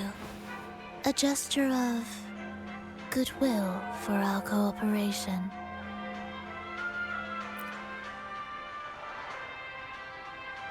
Now, patience is a virtue. A story is best enjoyed with a captivating performance, and this stage is perfectly set for it. We're simply spreading the truth through a tale. I'm certain it will pique your interest, so consider this a heartfelt invitation to you and your companions. Join us, pour your essence into this endless play, and use your humble strength to defy the raging current of fate.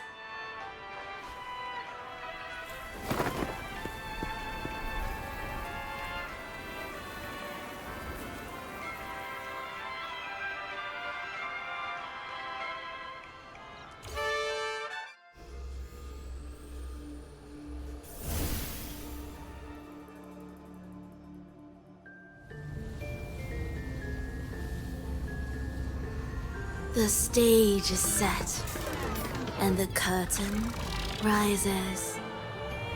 Actors, the moment to dazzle has arrived.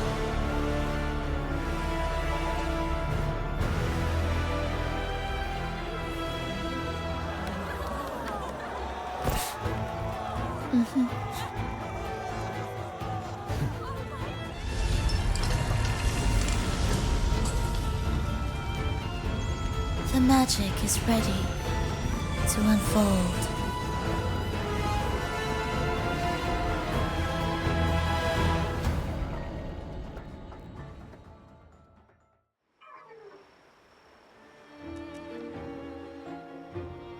As anticipated, the Praxidus is on the move. Now, remember the rehearsal we did yesterday? All our preparations have led to this very moment. She intends to use those Lycorises to summon and control the Tacit Discords. If we destroy the Lycorises, we can neutralize them. Everyone is in position. We'll manage the West Plaza. Phoebe is stationed at the East Plaza, keeping an eye on things. The main stage is all yours for the grand performance.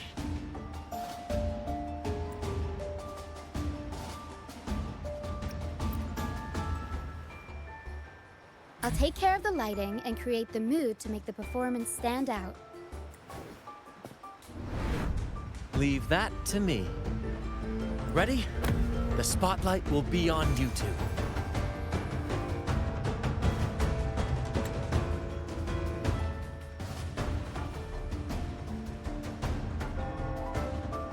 The curtain has been lifted.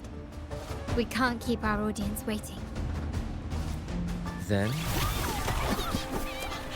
Ladies and gentlemen, the grandest and most spectacular performance of the Carnival is about to commence.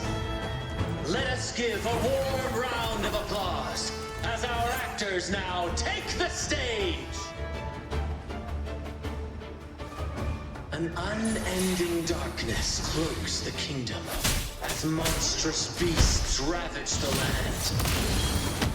The Holy Maiden has been captured by the Demon King, and chaos descends. But lo, two valiant heroes step forth, accepting the Minister's quest, vowing to vanquish the beasts and rescue the Holy Maiden.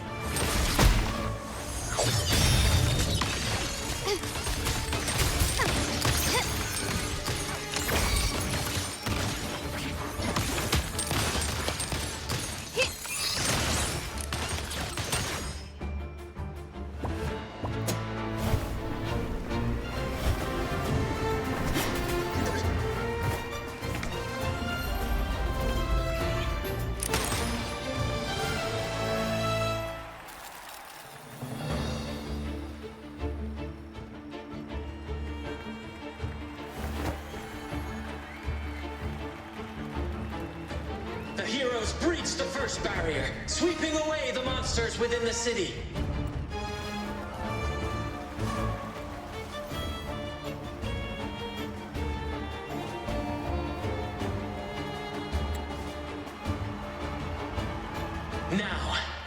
Advance toward the Demon King's castle, where peril awaits at every corner. What trials lie ahead? Gently does it? No wall can deter these free spirits. Even the stars seem...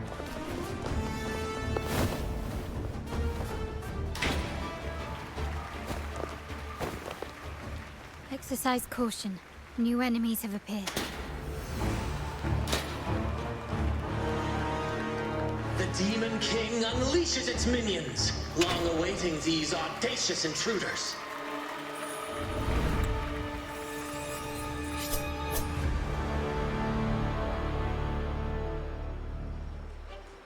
Quickly and swiftly. Victory favors me!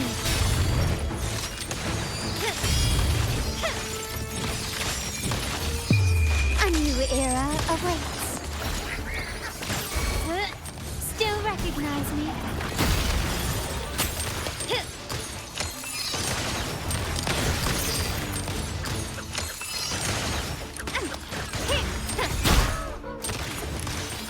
Brilliance lights the way! Surrender! Don't confront them head on.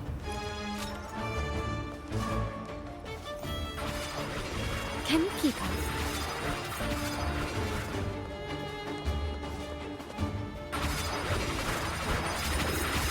Hey, you've crossed the wrong person.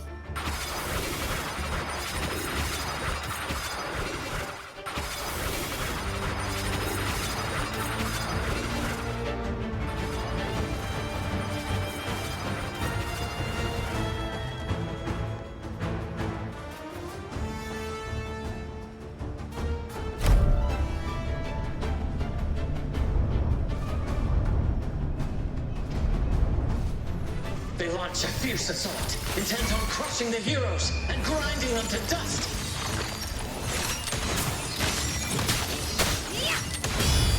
Masterpiece complete.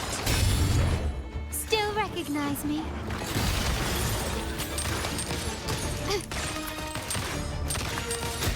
Improvise.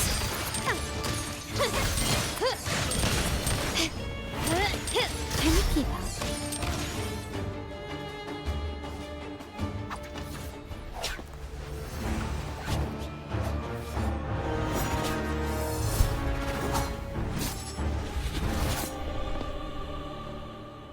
Watch out!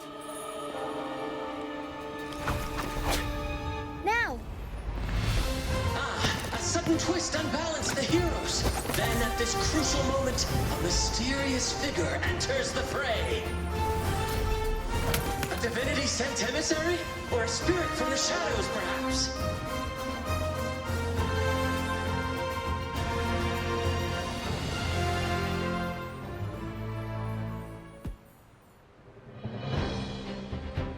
She seems moved by their passion and righteousness. See her join the heroes' ranks.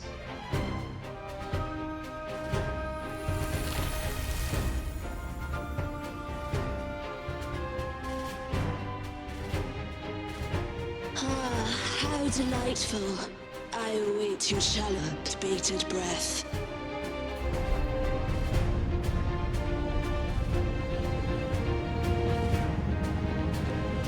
It seems the Demon King anticipated the hero's arrival and has gladly extended an invitation.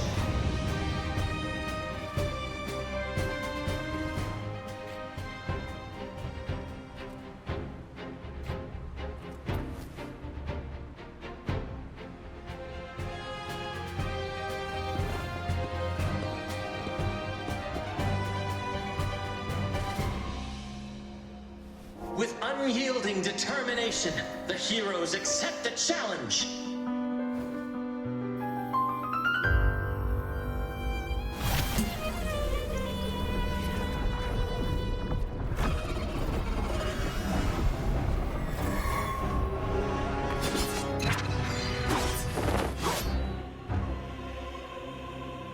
The Demon King reveals itself at last, exposing its hideous visage and sharp fangs. The final showdown is nigh! The Demon King summons its foul army, poised for a climactic battle with the heroes. The victor will soon be revealed. I'll warm up the crowd. Mamma mia! Can't lose the red cap. Found your weak spot. Absurd, impudent display. Sounds come forth. One with the sounds.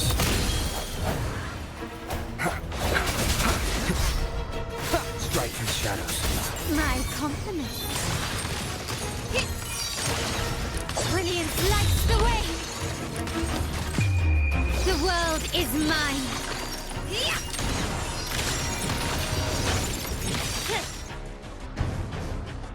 Amidst the clashing swords and the cries of the minions, the heroes face the Demon King. Victory belongs to the righteous and the brave!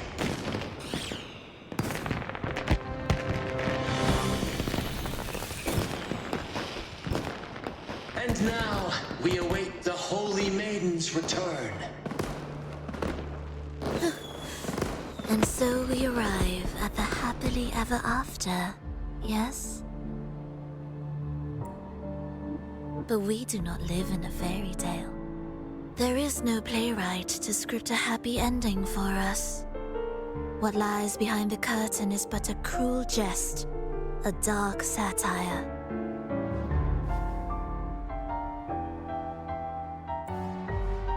Let me reveal the truth behind that idyllic ending.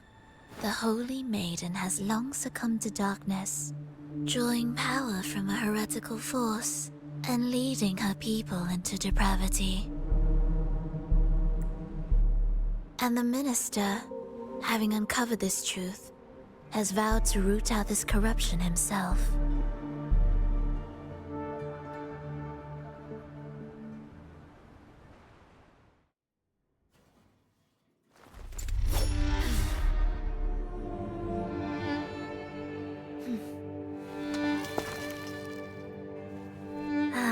Come now, let us embrace the grand climax of this revelry.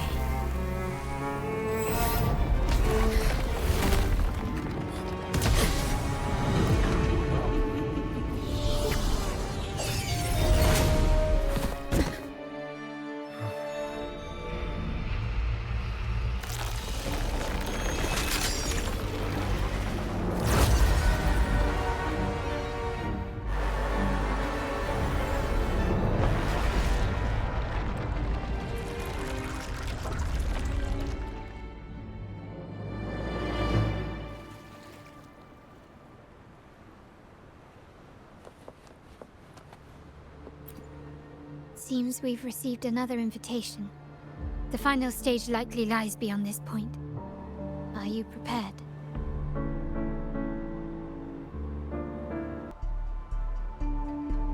Don't worry. Grant will manage everything within the city and make sure the performance proceeds smoothly as planned. Let us proceed to meet that Fraxidus Overseer and deliver a flawless performance for the Carnival.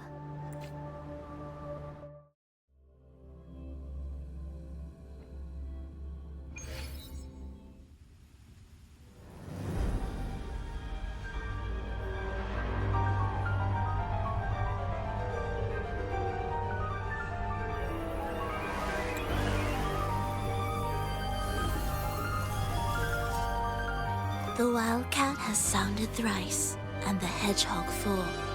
The peculiar bird sings. The moment is upon us. O benevolent sorceress of realms unknown, I summon you. Grant us the just prophecy, and may fate favor us all.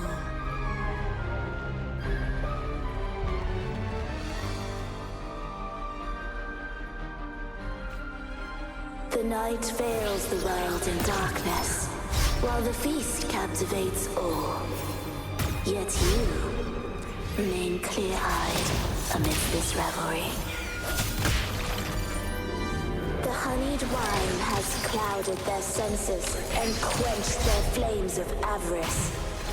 Yet it has stoked your bravery and kindled the fire within your heart.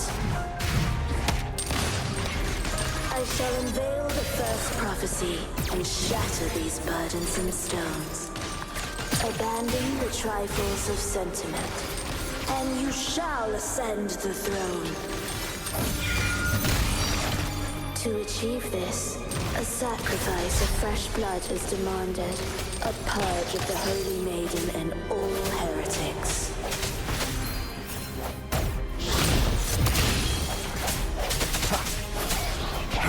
The hour is upon us. My compliments. The stage is set. Victory favors me.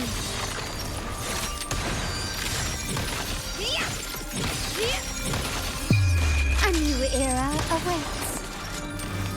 Still recognize me? My king, what halts your advance? You have already tainted your feet in the river of blood. There is no retreat. The path born of injustice must be fortified with further transgressions. The soul must be steeled in bitterness. Thus, I unveil my second prophecy to dispel all illusions. No mortal shall inflict upon you even the slightest harm. And assuredly, you shall find favor with your people.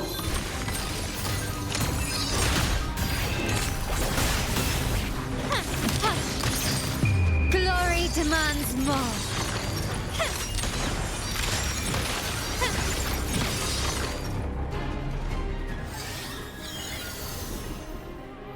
Defy destiny, mock both life and death, and rise beyond good and evil. Abandon all doubt and grasp at unreachable hopes. Now, hear the third and final prophecy. Pleasure born of violence shall end in violence.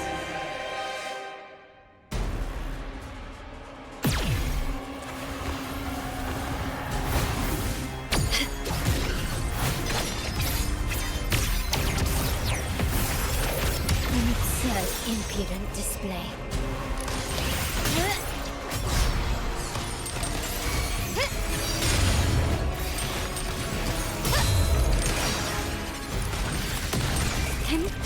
Time to part ways. Still recognize me? Swift and resolute.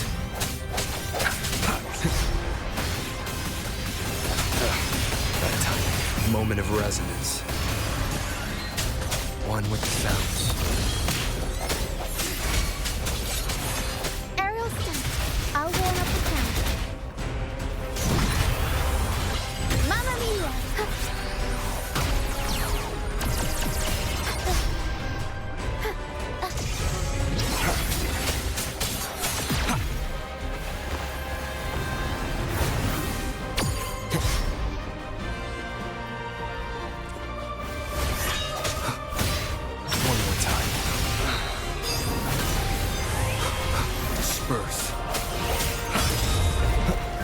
One with the sounds. The world is mine.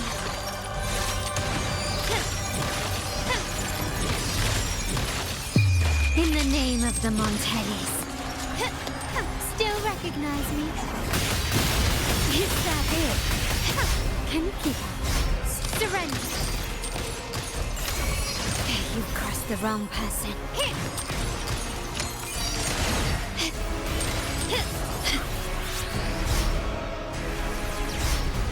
Can you keep up? I'm still standing. An eye for an eye. The stage is set. Swift and resolute. The end has come.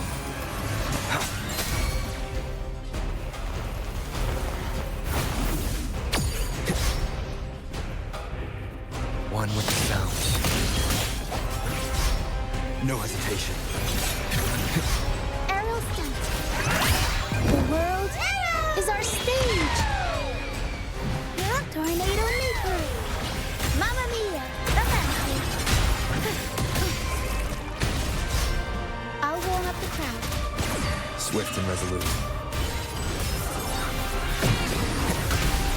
Keep it together. Sounds are fading. Improvise. Insert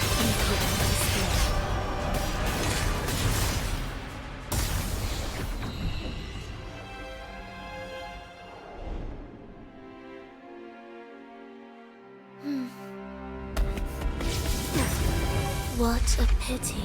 The prophecy says the king will not take his final bow in this act. Reality beckons.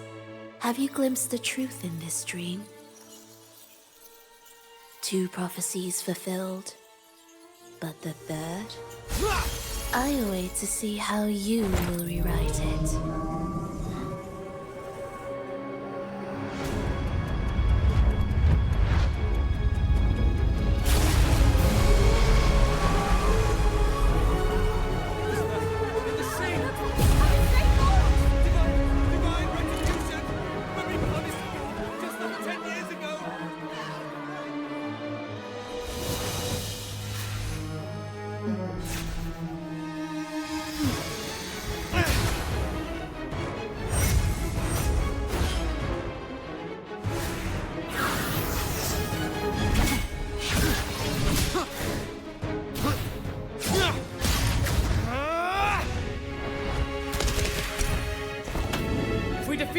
We can set the Cetus free!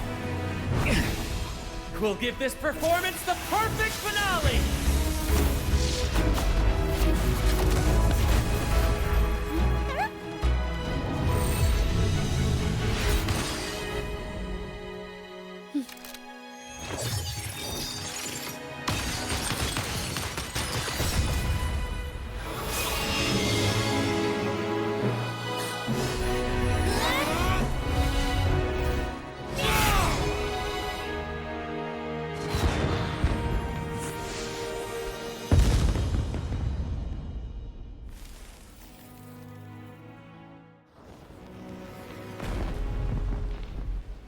Splendid performance.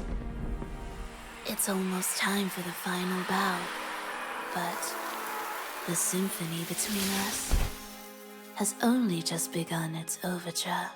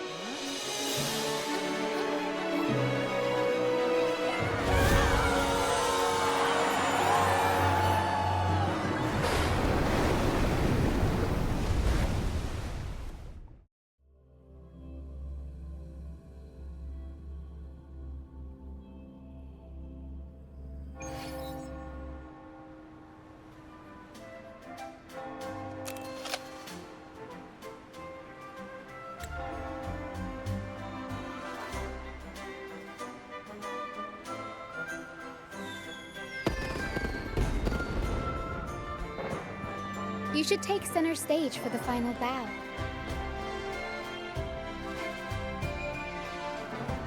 Hear that? The thunderous roar of applause. Ah, it has been far too long. This is the true essence of the Carnival. At last, the crisis has been resolved.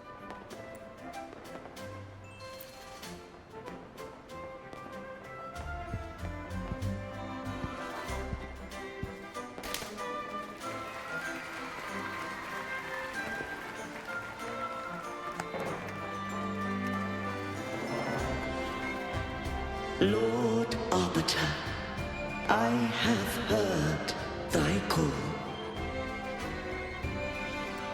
I have awaited thee for what seems like an eternity.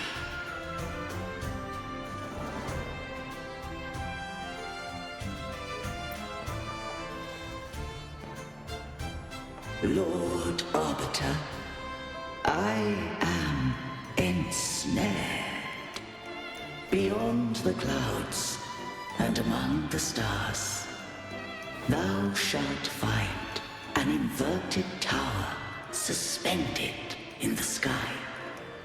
I am there, watching over Solaris from above. The lost doth wander briefly amongst thy kind. Seek her out. She too doth move within the fold of the fold.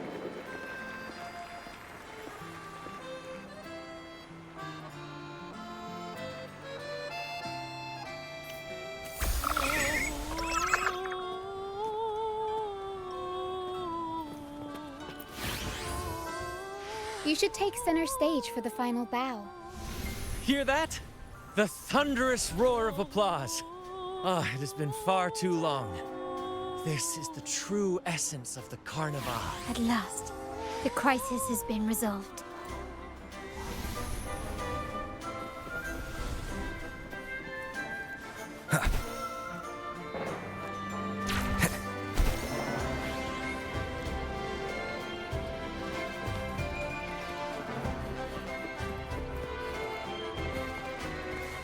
Wind, guide me.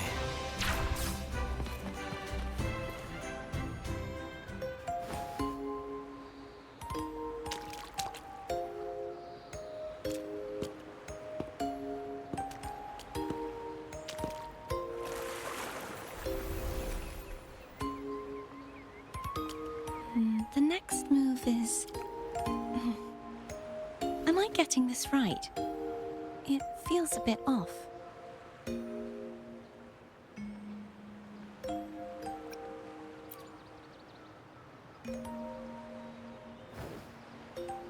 You are...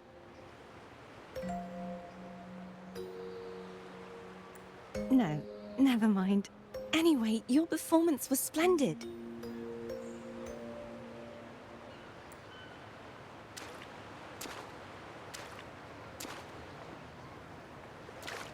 I'm here for the Carnival as well. It's been ages since I've seen something as grand as this. I love hearing the laughter and cheers of a crowd, no matter the occasion. Kind stranger, could you show me those final steps from your curtain call?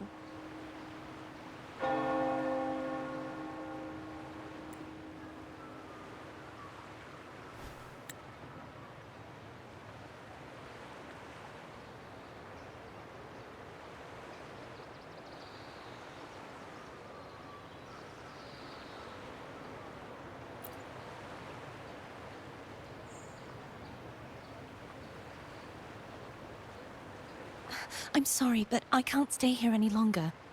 I must return.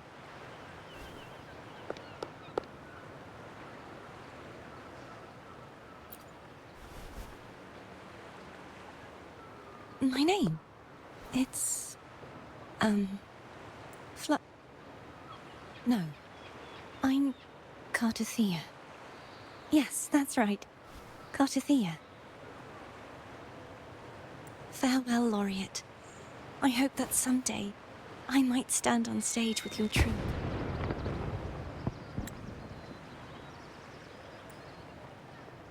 Are you all right? Some family members mentioned you were speaking to a wall. I'm worried you might still be under Frivola's spell. See who? Are you truly all right?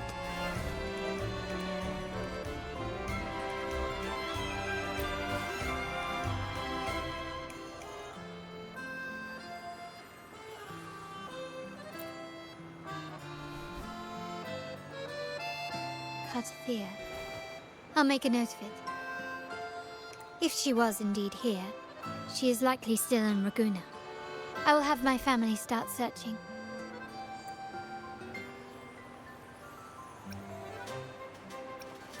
There's still many unresolved questions regarding the Order and the Sentinel. We need time to sort through what we've gathered. Rushing into action now might only alert the Order's spies and disrupt what we've worked so hard to protect. You're right. Cartathea. I will have my family find out more about her. If we find out anything, I'll contact you, and we can discuss our next steps together. Until then, as you suggested, let's keep this carnival going.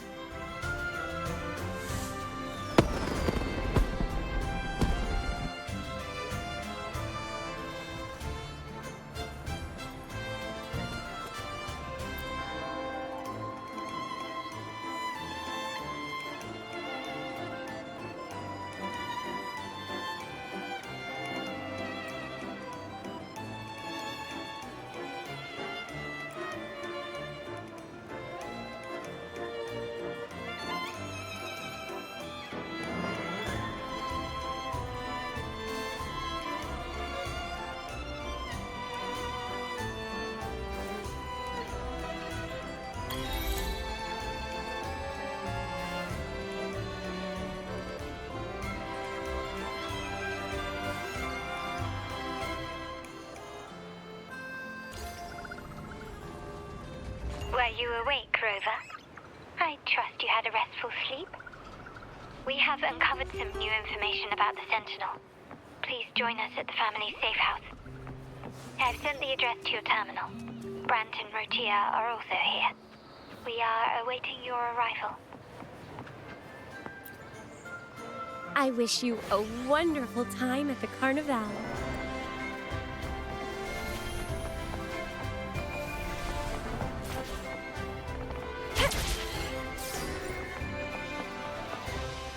Wind against my vines.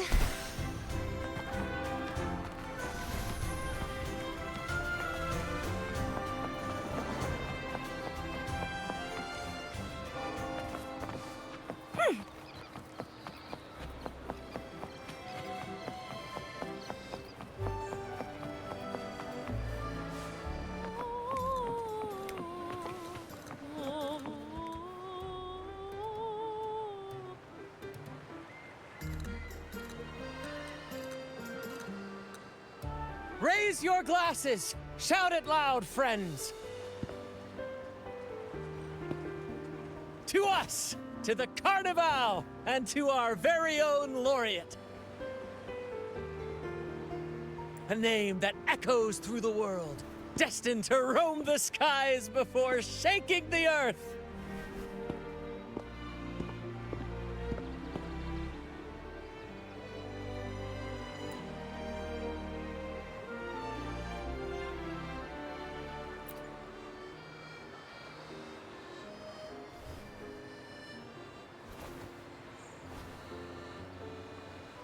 Don't be fooled by how he looks. Brant is already deep in his cups, drunk as a skunk.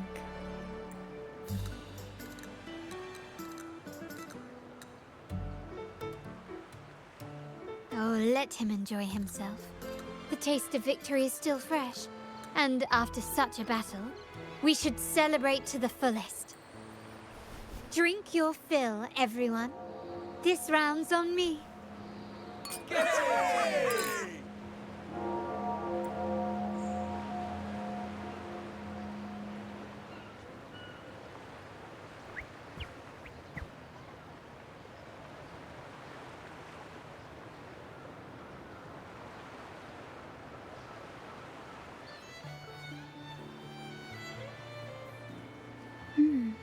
I see someone's been eavesdropping.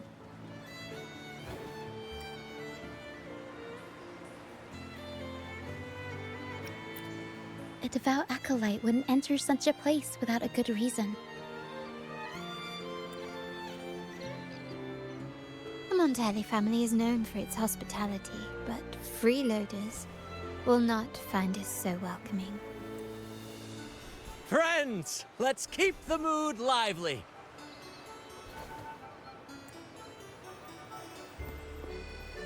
Come, let's discuss the information we've gathered so far. During the carnival, you heard the Sentinel's voice and found a girl named Cartathea.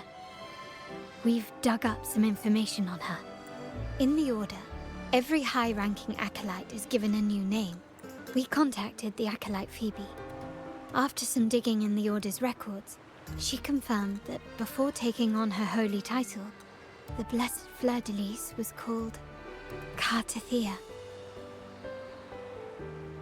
But the Blessed Maiden, she martyred herself 20 years ago.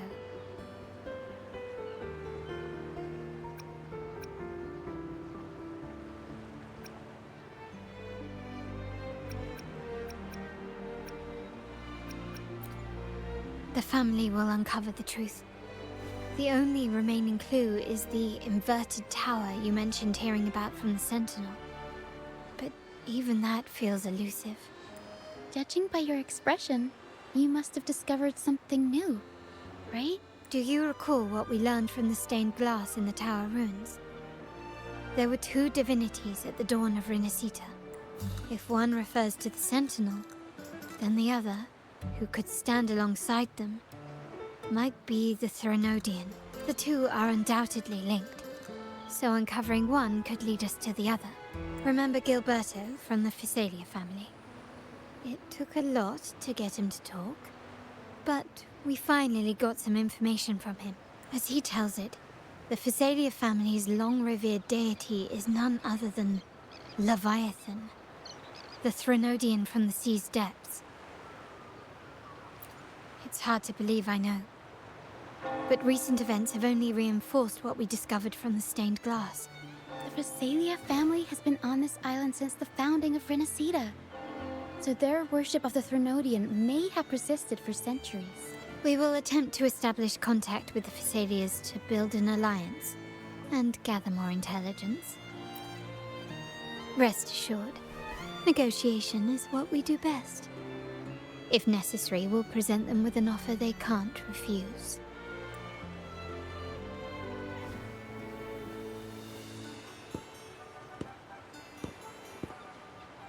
Excuse me for the interruption.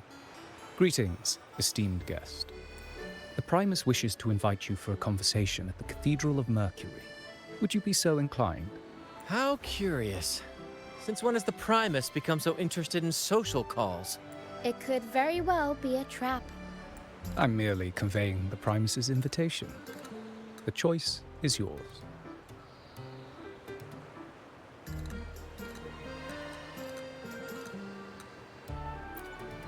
Remember, you're not alone. If anything happens, just let us know. Very well. Please follow me to the Cathedral of Mercury.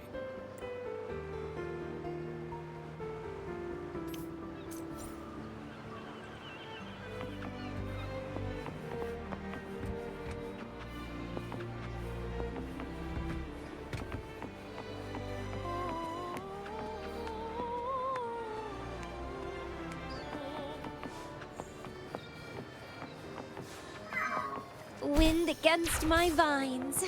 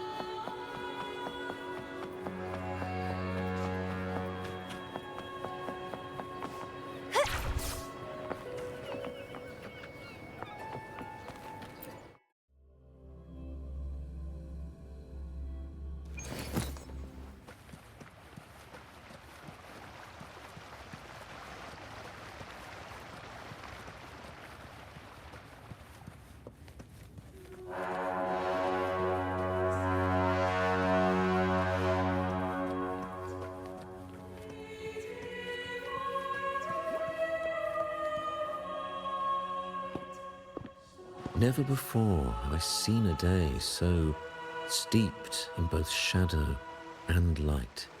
The birds sing, the flowers bloom, yet this world knows neither true joy nor eternity. Come closer, righteous one. There's no need for hesitation. I am Fenrico, the Primus of the Order of the Deep.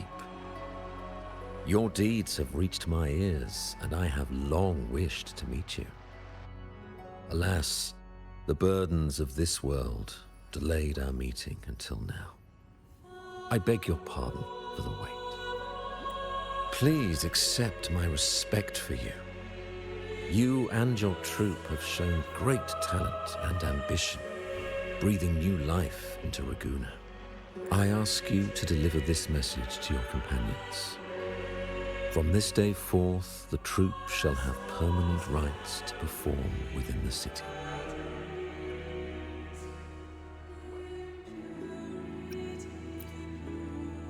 All mortals stumble, but through pilgrimage, they have cleansed their souls and atoned for their transgressions. They have earned their right to return to this divinely blessed land. I understand that questions weigh on your heart. In the presence of a just divinity, speak freely, and I will answer with all the honesty I possess.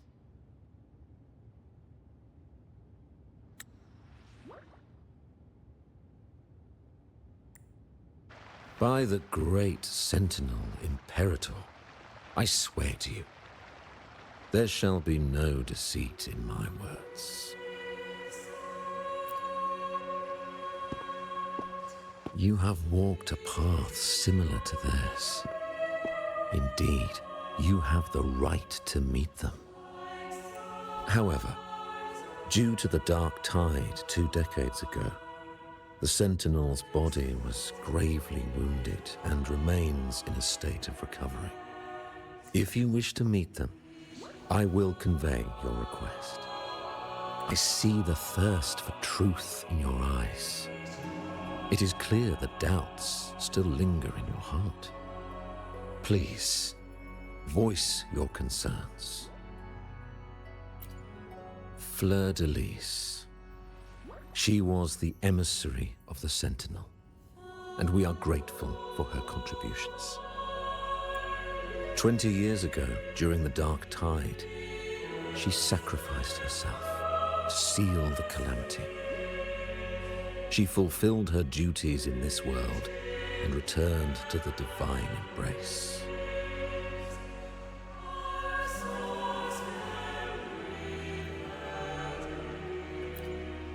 Do you know how the Dark Tide came into being?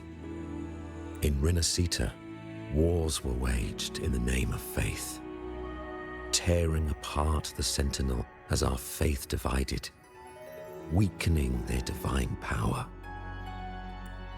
The Dark Tide's true essence is the divine blood shed from the Sentinel's wounds. That tragic past left deep scars, and with their divine power drained, they could not prevent the Dark Tide's surge 20 years ago. The Blessed Maiden chose to martyr herself. She once again resonated with the Sentinel and, through her sacrifice, restored some of their divine power, bringing an end to the Dark Tide. Yet, the Sentinel remains in a state of healing and still requires a mortal representative. Following the Blessed Maiden's departure, I was granted new authority to cleanse the aftermath of the Dark Tide. I received the Divinity's blessing and became the new Enlightened One. By their will, I fulfill the tasks left unfinished in this world. Therefore, we must unify all beliefs, ensuring the purity and unity of our will to prevent another tragedy. He said she once again resonated with the Sentinel. Was that really a second resonance awakening? Sentinel Jue had a trial with Genshi, but my permission was needed to transfer the Sentinel's power.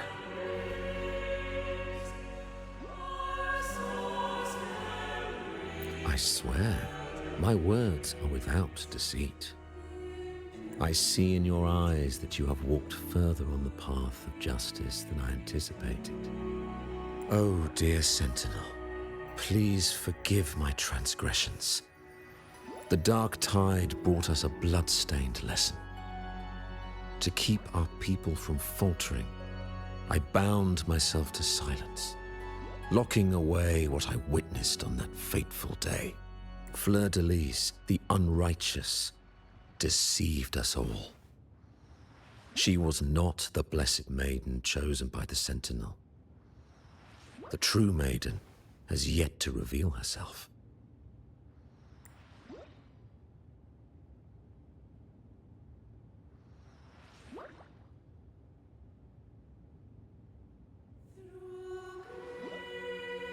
You must know that a being capable of rivaling our divinity exists in this world.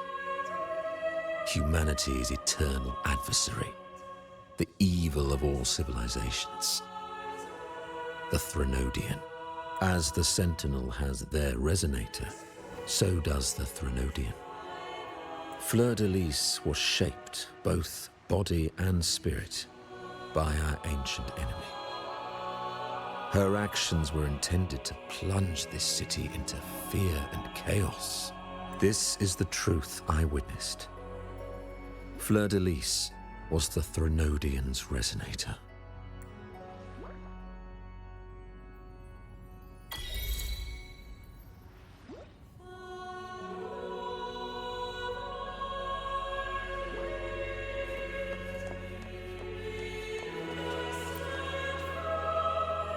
In the presence of the just divinity, feel free to express your doubts.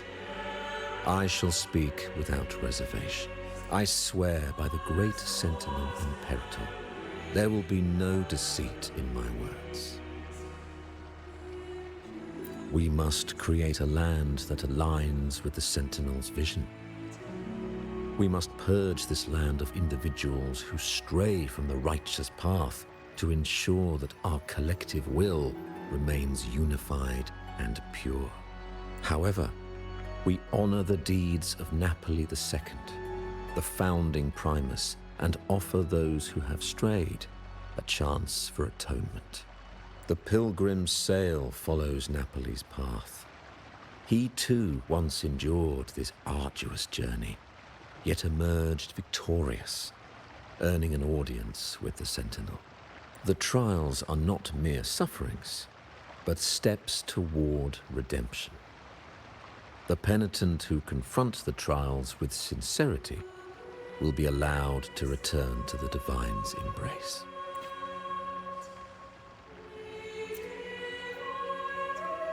In the presence of the... I swear by the great Sentinel Imperator, there will be... Unity is our shield, bound by the law of eternal continuity. Though we revel in the joy of the Carnival, we must also be vigilant.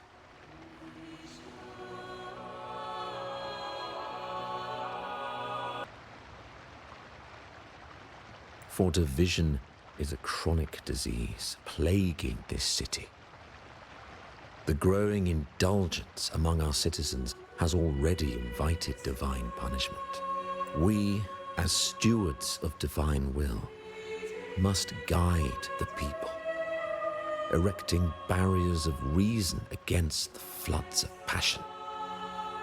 This is the only way to withstand the ever-changing tides.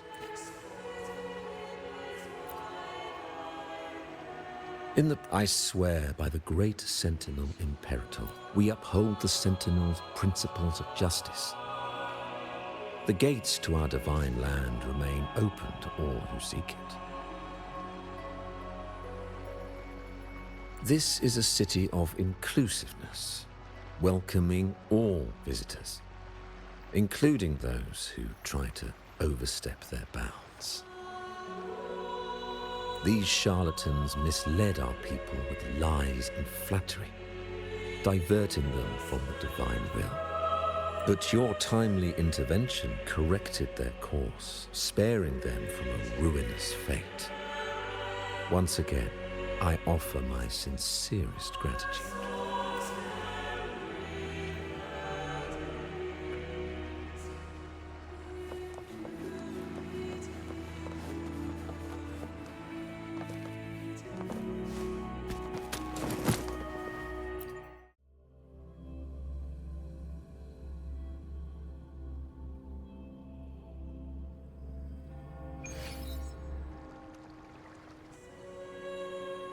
How can that be?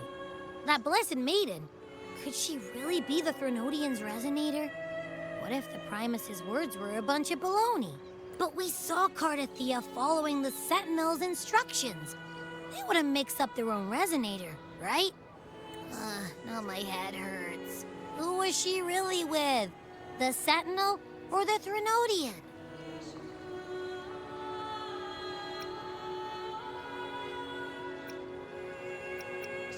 Well, probably won't get any more answers from him.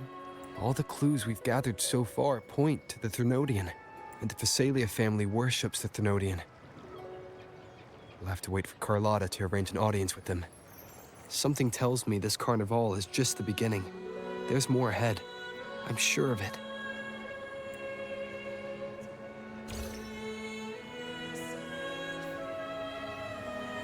Frolova, you do have a knack for indulging in pointless little chores.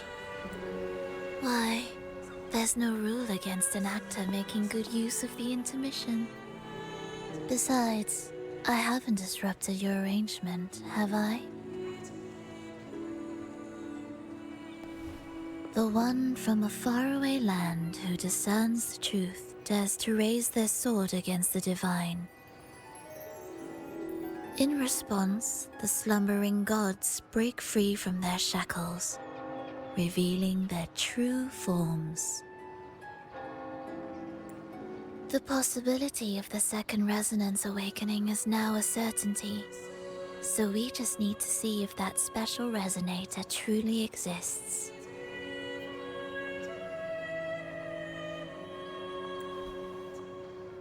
Was the Blessed Maiden a resonator for the Sentinel or the Threnodian? Or both?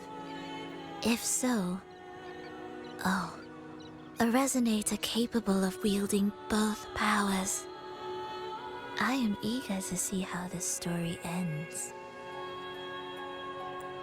Cristoforo, if you don't want to spoil the next act, I might have to give your carefully crafted plot a little nudge. Speaking of which, that rover shines brighter than anyone else in your play. Do you find him interesting as well? Frolova, it seems we walk different paths. I don't share your fondness for that sort of puppet theater. I merely place the characters on their stage and they act out their fates, driven by their own volition. To remain courageous amidst absurdity, to pursue a spark of divine grace, this, to me, is the truest essence of humanity. Don't you think? Even the most pristine cadence of death pales beside the untamed, fervent, and tenacious spirits of the living. In their journey, they resolutely overcome all obstacles. They pursue, they tear, they burn, simply because they desire to. I think you should leave your secluded mansion. Take a walk and listen to the voices scattered across the world. Perhaps. From Huanglong to Rinasita, he has indeed added a few unexpectedly beautiful notes to my symphony. I am certain that, even without any direction, he will walk the path that destiny has laid before him. All things ascend toward a singular point of convergence, and what awaits at the end is immortality. Before the tides of fate, we are all but humble servants.